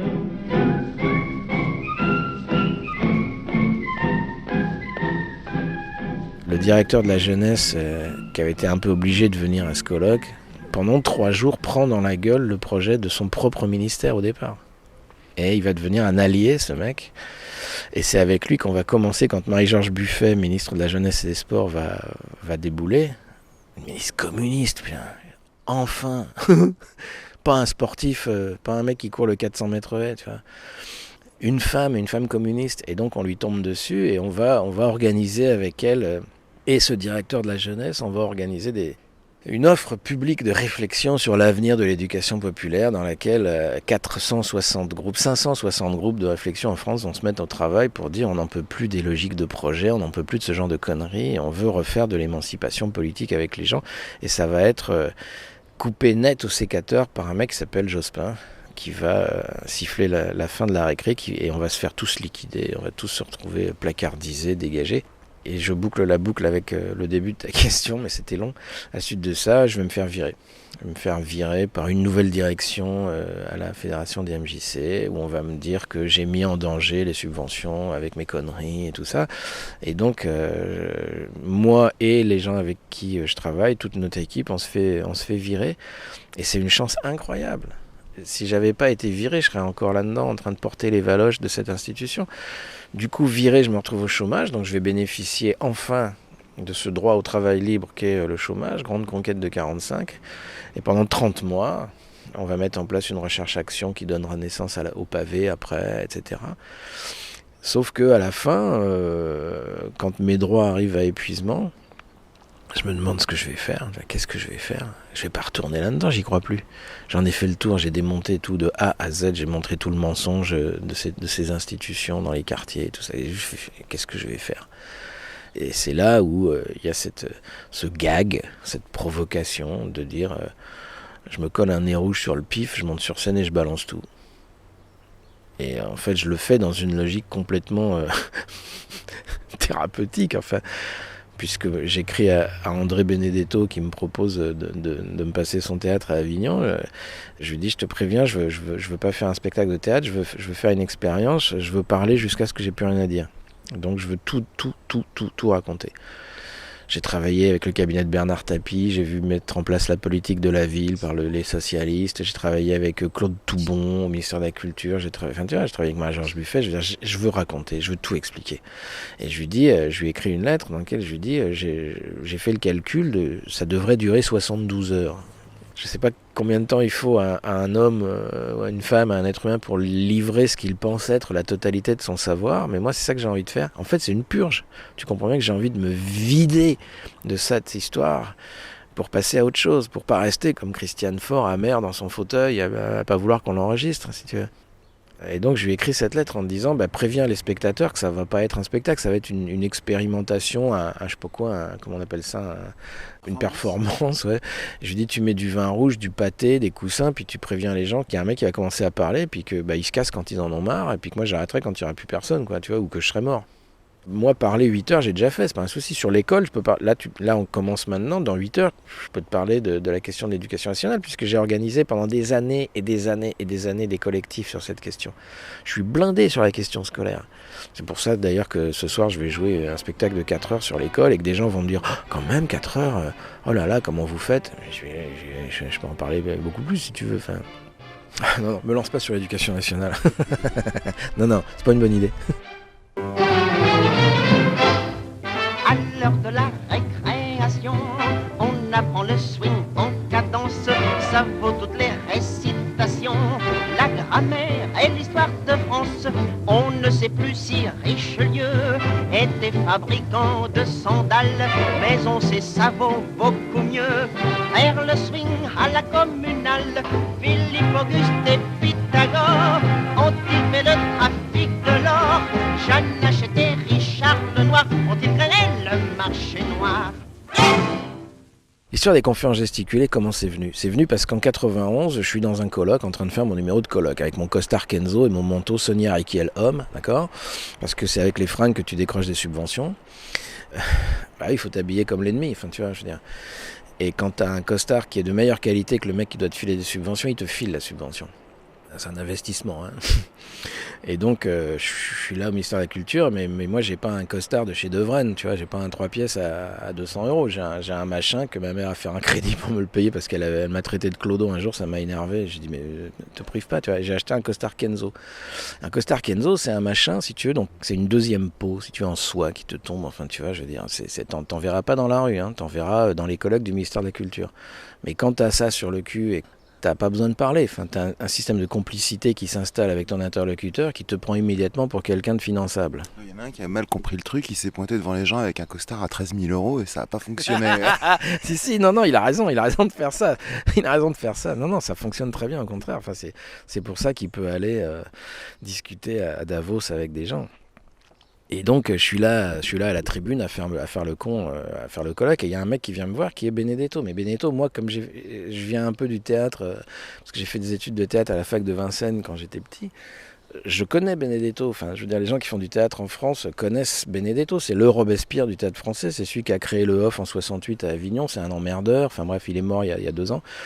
Et donc, je vois ce mec qui vient vers moi. Je dis, putain, il y a Benedetto qui vient. Et il me dit, parce que c'est un espèce de gourou, il est habillé tout en noir, tu vois. Donc il me dit, toi, tu as rien à faire à une tribune de colloque, tu es un conteur, toi tu dois monter sur une scène de théâtre. Et donc moi, je lui dis, ouais c'est ça, oui, merci. Et donc 10 années se passent, et dans mon préavis de licenciement, une des dernières choses que j'avais programmées et auxquelles je tenais, c'était d'organiser un séminaire de travail avec des directeurs de MJC et un intellectuel, un économiste qui est mort aussi, qui s'appelait Alain Marchand, qui avait théorisé le fait que la vie associative, c'est le fer de lance du capitalisme. C'est-à-dire la pointe avancée du capitalisme, c'est ce qu'on appelle l'économie sociale et solidaire, qui est un truc sur lequel il faudrait tirer au bazooka, qui est la transformation du marché de la pauvreté en un marché, d'accord ? Mais avec des termes aussi généreux que social et solidaire, hein. Sans ça serait pas bien. Toujours très pratique cet adjectif social, hein. Il permet de faire passer plein de choses, hein. Plan social. Tout à fait, oui. Si c'était l'économie de l'arnaque des pauvres, ça se verrait tout de suite, tu vois, si tu veux. Donc,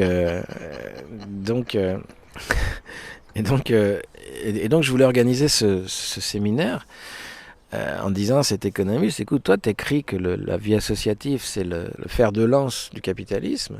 C'est là que s'expérimentent toutes les dérégulations du travail, toute la privatisation du social, etc. Ça m'intéresse que tu dises ça à des directeurs de MJC qui, eux, se revendiquent au contraire de l'économie sociale et solidaire en trouvant ça bien. Donc, est-ce qu'on peut organiser cette rencontre ? Donc, cette rencontre a lieu. Et comme je cherche un endroit pour faire ça, et que j'ai toujours fait mes séminaires dans des endroits agréables, et jamais dans des salles de formation avec des néons à la con, j'ai toujours fait ça au bord de la mer, dans des endroits marrants, enfin... Je me dis, tiens, je pourrais aller à Avignon au mois de mai, c'est cool, il n'y a personne, c'est une belle ville. Et je me dis, tiens, je devrais appeler Benedetto parce que je pourrais lui louer son théâtre. Et puis, j'aimerais bien que mes directeurs de MJC voient comment ils travaillent dans les quartiers avec les jeunes, avec le théâtre, parce qu'il avait une approche tout à fait originale. Bref, j'appelle Benedetto, je lui demande si je peux réserver son théâtre. Il me dit oui, on se retrouve chez lui à faire notre séminaire, et un midi il vient me voir et il me dit Et il vient manger avec nous par correction, si tu veux, par politesse. Et moi, je lui dis, tu te rappelles pas de moi, mais il y a 10 ans, t'es venu me voir, tu m'as dit que je devrais monter sur une scène de théâtre. Je lui dis, tu vois, là, je suis viré. Là, tel que tu me vois, je suis dans mon préavis de licenciement. Donc, je vais me coller un nez rouge sur le pif, puis toi, tu vas me passer ton joli théâtre Place des Carmes. Hein, genre, un gros malin. T'as des gens qui s'endettent pour aller à Avignon pour avoir un fond de garage dégueulasse dans une rue pourrie, tu vois. L'autre, il a un théâtre Place des Carmes. Je lui dis, tu me passes ton théâtre, hein, petit malin. Et lui, il me répond, et si tu le fais pas maintenant, tu le feras quand ? Putain, je rentre chez moi, je dis ouais, il fait chier Benedetto, ça continue, je vais le faire. Et là, ma copine me dit écoute, arrête d'en parler, fais-le ou ferme ta gueule. Et donc je dis vous me faites tous chier. Je prends un encrier, une plume, parce que c'est Benedetto quand même. Et donc je lui écris une lettre de 9 pages. À la plume quoi, Benedetto, merde. Dans lequel je plagie le prologue de Zarathustra de Nietzsche en lui disant « Vois Benedetto, je suis comme l'abeille qui a butiné trop de miel, je suis comme le vase qui veut déborder, je suis plein de savoir, j'ai besoin de mains qui se tendent. » Enfin, tu vois, je m'amuse comme ça. Et puis je lui dis « je veux parler 72 heures. » Il reçoit la lettre, il me rappelle. Il dit « Lepage, Benedetto. » Tu te mets au garde à vous au téléphone, tu vois. Et il dit « Alors ça y est, tu es prêt. » Je dis « Ouais, c'est... » Il me dit 72 heures, putain, c'est culotté ton truc, tu veux pas essayer 1 heure pour voir ? Et je lui dis, non, 1 heure, c'est un spectacle. Mais j'ai pas demandé de faire un spectacle, j'en ai rien à battre de ça. Je propose un truc qui a jamais été fait ou qui est, je dis tout. Et je lui dis, je peux pas abattre le capitalisme en 1 heure, j'ai fait le calcul, il me faut 3 jours. Et il me dit, je te donne 3 jours, 1 heure. 16, 17, 18 juillet, tu prends pas. Et bêtement, moi, au pied du mur, je dis, bon, ok, si tu veux, enfin, tu vois. Et puis je raccroche et pour moi, le truc est mort. Ça ne présente aucun intérêt. En fait, j'ai un mec qui me propose de venir parler 3 fois 1 heure, alors que mon métier, c'est de parler pendant des heures. Donc, en gros, je me dis, je vais aller à Avignon faire 3 impros. De quoi j'ai envie de parler en 1 heure. Qu'est-ce que je vais parler en 1 heure Je dis en 1 heure, tiens, je raconterai bien l'histoire de Christiane Faure. C'est une histoire qui n'est pas connue. Je parlerai bien de l'école, j'ai des comptes à régler avec l'école, je parlerai bien du langage, toute cette phraséologie de merde qui m'a rendu fou, de monter des projets qui servent à rien pour faire de la mobilité des jeunes, du lien social dans le territoire de la proximité, là, toutes ces conneries. Synergie fédératrice et citoyenne. Oui, créatrice. Dans l'espace public. Pour refonder la démocratie locale et durable. Donc je suis allé à Avignon faire 3 impros que les gens ont trouvé intéressantes. Il y avait 14 personnes dans la salle. Et Benedetto m'a dit, ton truc, ça marche. Si tu veux, l'année prochaine, je te donne un créneau dans le festival. Je te donne 1 heure, mais tu te démerdes, je veux 1 heure. Et en fait, à ce moment-là seulement, j'ai changé mon fusil d'épaule. C'est-à-dire que j'ai dit, ok, c'est pas ça que je voulais faire. Mais finalement, j'ai un mec qui me propose de venir faire un spectacle d'1 heure pendant le festival. J'arrête pas de pleurnicher qu'il n'y a pas de théâtre politique, au sens où moi, j'entends le mot politique, c'est-à-dire pas Antigone, mais la CAF. Et je dis... Est-ce que je suis capable, dans la contrainte d'1 heure, de produire un truc qui ressemble un tout petit peu à la convention scénique, que je connais par ailleurs, mais qui soit politique ? Et j'ai dit j'accepte. Et à ce moment-là, j'ai accepté de faire un truc d'1 heure dans le festival off d'Avignon, dans un vrai théâtre, 23 jours de suite. J'ai dit, je vais garder l'histoire de Christiane Faure, de la création du ministère de la Culture et de l'élimination de l'éducation populaire. Et puis, je parlerai bien du langage. Bah ouais, mais comment je vais faire tenir les deux ensemble ? C'était capillotracté, tu vois. C'est complètement, je dis, ouais, je vais dire que je suis prophète de la culture, donc j'utilisais les mots. Enfin, tu vois, je veux dire, je pars sur une espèce de bidouillage qui me permet de caser 2-3 trucs. La femme de Benedetto, Frances me dit c'était super quand tu venais avec les bottes et le chapeau de jardinier, tu le referas. Moi je dis bah non, c'était ce que j'avais imaginé pour parler de l'école, que je suis dans mon jardin. Elle dit c'est dommage. Donc je dis s'il y a que ça pour te faire plaisir, donc je viens en jardinier. Du coup je dis voilà, j'essaie d'élever des poireaux parce que maintenant je suis dans la culture. Enfin tu vois, je veux dire. Et puis 3-4 vannes à la con comme ça, et le truc va se structurer pendant 23 jours. Et pendant 23 jours, je vais comprendre ce que je suis en train de faire. Je vais comprendre la métaphore du potager, qui est qu'en fait, j'ai tout raté. Je raconte un échec, en fait. Je raconte que je me suis fait virer de partout, quoi, que ça n'a pas marché, mon truc. Et comme c'est assez terrifiant de faire ça, que ça fait peur quand même d'être devant un public, et que je suis d'un naturel un peu vanneur facilement, je fais des vannes. Puis les gens se marrent. Et puis le lendemain, je la refais. Puis j'en fais une autre. Et puis arrivé 14 jours, la relâche du 14 juillet, là, je crois, je dis à ma copine, je dis ça va pas, il se marre tout le temps, putain, c'est en train de devenir du Jamel, quoi, c'est en train de devenir du Gad Elmaleh, c'est n'importe quoi. Faut que j'enlève tout l'humour. Moi, je veux revenir à mon truc de départ, qui est de raconter ce salopard de Malraux et l'élimination du projet d'éducation populaire et tout ça. Elle me dit, bah écoute, réfléchis bien, peut-être que l'humour a une fonction dans ton truc, parle-en autour de toi. Finalement, quand j'en parle, les gens me disent « Ah non, c'est trop bien, faut garder. » Bon, ok. Bah du coup, le truc, tout doucement, devient un spectacle où les gens se marrent, sauf à la fin, où ils chialent pendant 5 minutes. Et le truc est fini, et pour moi, c'est réglé. Enfin, c'était une expérience, je suis content, je l'ai mené, c'était drôle, mais j'ai pas du tout l'intention de devenir interminable du spectacle. Je fais pas de dossier, rien. Enfin, tu vois, je veux dire, voilà, basta.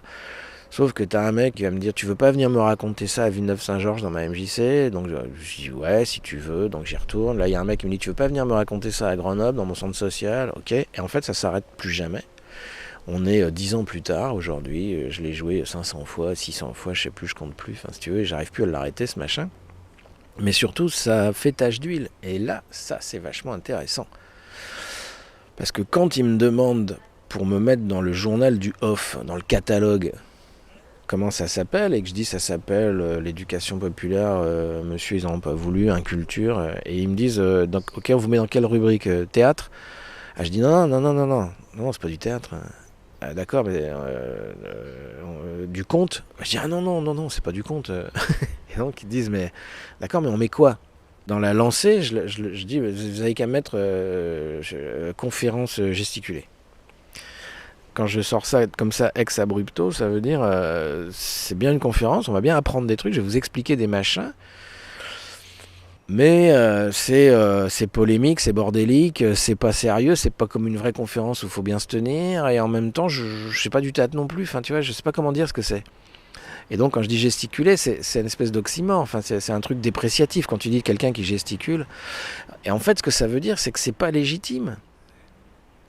Et c'est ça qui est intéressant, c'est que, qu'est-ce que c'est qu'une conférence gesticulée? C'est une posture d'illégitimité radicale. C'est je ne suis pas légitime, je vais vous parler quand même du truc.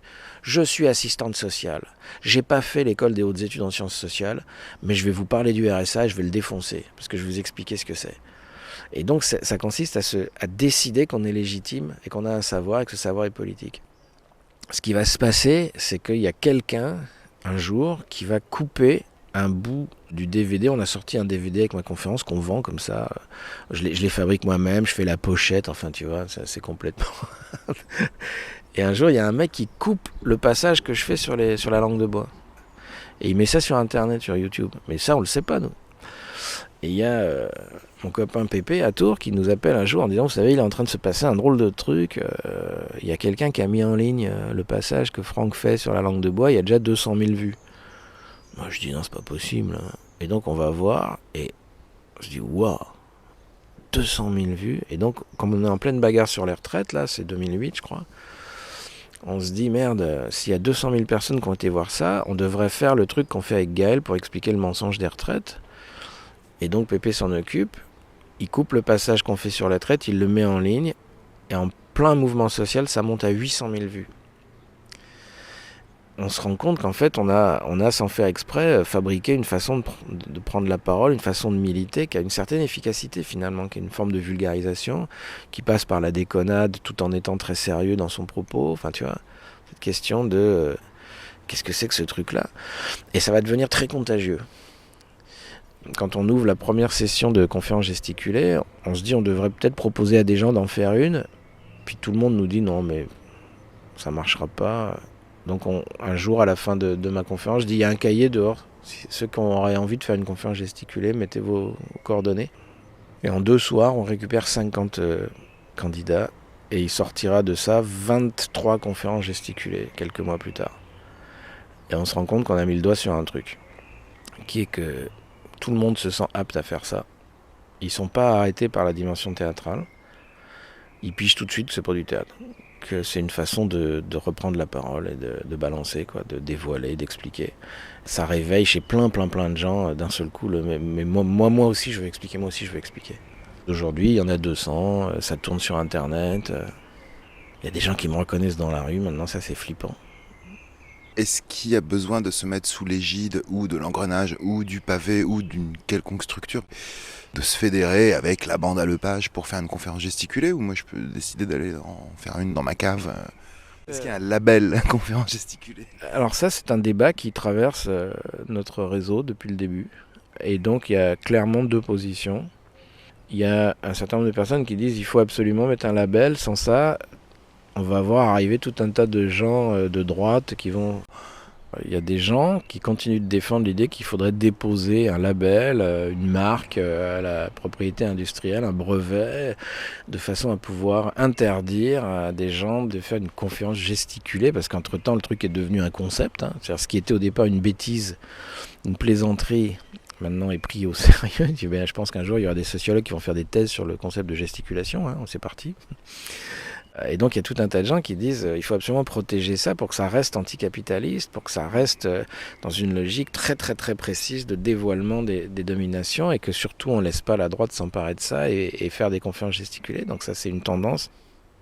Et il y a une autre tendance qui est plutôt celle que moi je défends, qui est de dire non, tant pis, enfin oui, la droite s'en emparera, mais c'est plus intéressant de laisser cette forme à la disposition du mouvement social pour que tout un chacun s'en empare et se lance là-dedans. C'est plus intéressant que ça fasse mouvement, si tu veux, plutôt qu'on verrouille le truc et qu'on donne un label et qu'on le contrôle. D'abord, c'est pas évident qu'on arriverait à le faire, mais bon. Et donc, on voit arriver déjà les premières conférences de droite, puisque le MEDEF toulousain, le MEDEF de Toulouse, a fait une journée sur la responsabilité sociale des entreprises, qui est une saloperie, la RSE, qu'il a intitulée conférence gesticulée. Donc oui, la droite va s'en emparer. Mais moi, je fais le pari que le mouvement qu'on a lancé il reste globalement suffisamment clairement un mouvement anticapitaliste de gauche pour que ça reste plutôt une idée de gauche, quoi. Mais peut-être j'ai tort et peut-être il faut verrouiller le truc, j'en sais rien. Comme j'ai passé un peu de temps dans le théâtre quand j'étais il y a très longtemps, est-ce qu'on compare Armand Gatti et Augusto Boal. Ce sont deux hommes de théâtre qui prétendent faire du théâtre d'émancipation avec les gens. Sauf que Gatti, il n'y a que Gatti qui peut faire du Gatti. Enfin, qui pouvait, il est mort l'année dernière. Et quand tu disais comment il fait Gatti, sa méthode avec les jeunes dans les quartiers, comment il s'y prend, on te répondait mais il est hors de question que vous essayiez de faire ça. Gatti est un poète, c'est le poète, et donc tu avais un discours d'artiste à la con pour dire qu'il n'y a que Gatti qui peut faire du Gatti. Et qui crève alors. En face, tu as un mec qui s'appelle Augusto Boal, qui invente une méthode de théâtre qu'il appelle le théâtre de l'opprimé, avec des consignes, avec des exercices. Il écrit un bouquin pour expliquer comment on peut faire ça. Et il livre ça au public. Et résultat, tu as plein de troupes de théâtre de l'opprimé, si tu veux, qui se mettent en place avec des très mauvaises troupes et des très bonnes troupes. Tu as des gens qui font du très mauvais théâtre de l'opprimé. C'est nul à chier, c'est pas bien, c'est pas comme ça qu'il faut faire. Puis tu en as d'autres. T'as la compagnie Nage, nous n'abandonnerons jamais l'espoir, N-A-J-E, dont l'animatrice principale, par ailleurs, est membre de notre association aujourd'hui, qui fait de l'excellent théâtre de l'opprimé. Et moi, je trouve ça génial. Je me sens beaucoup plus proche, dans les conférences gesticulées, d'un Boal.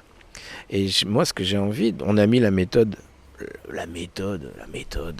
On a mis nos petites recettes en ligne, parce qu'on a fini, à force d'organiser des sessions de formation, on a fini par piger 2-3 trucs sur comment ça fonctionne, une conférence gesticulée pour que ça fonctionne. Une espèce de mélange d'autobiographie, de machin, de trucs, de plusieurs fils conducteurs qu'on appelle le Scooby-Doo, tu vois, on a inventé plein de termes idiots. Et donc ce truc-là, c'est en ligne, tu vas regarder, tu te lances, tu te démerdes, enfin tu vois. Voilà, moi je suis plutôt dans cette optique-là. Tu vas sur le site de l'Ardeur, tu tapes Franck Lepage, de toute façon tu arrives là-dessus tôt ou tard, et puis tu vois, puis c'est écrit, puis c'est expliqué, et tu peux monter ta conférence gesticulée tout seul. Après, voilà, ce qui se passe dans les formations collectives est beaucoup plus fort, mais c'est pas grave. Et on en est là aujourd'hui, c'est-à-dire qu'on est à l'aube d'un mouvement que certains considèrent comme théâtral.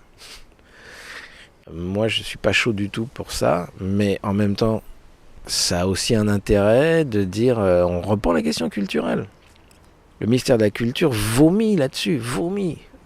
Pour eux, c'est pas imaginable qu'on puisse qualifier de culturel une conférence gesticulée, tu vois bien pourquoi. Enfin, c'est crade, il n'y a aucune exigence artistique, on s'en fout complètement. Enfin, c'est du politique, donc si c'est du politique, c'est pas du culturel. Le culturel est là pour tuer le politique.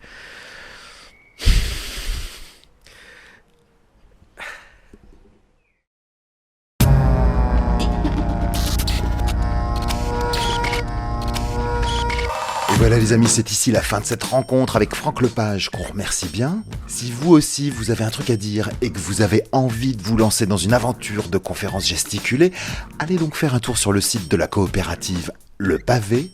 Et vous pouvez aussi réécouter cette émission sur notre site polémixetlavoixoff.com. Gesticulez bien, salut. Terminé. Les petits contes alternatifs doivent s'arrêter maintenant.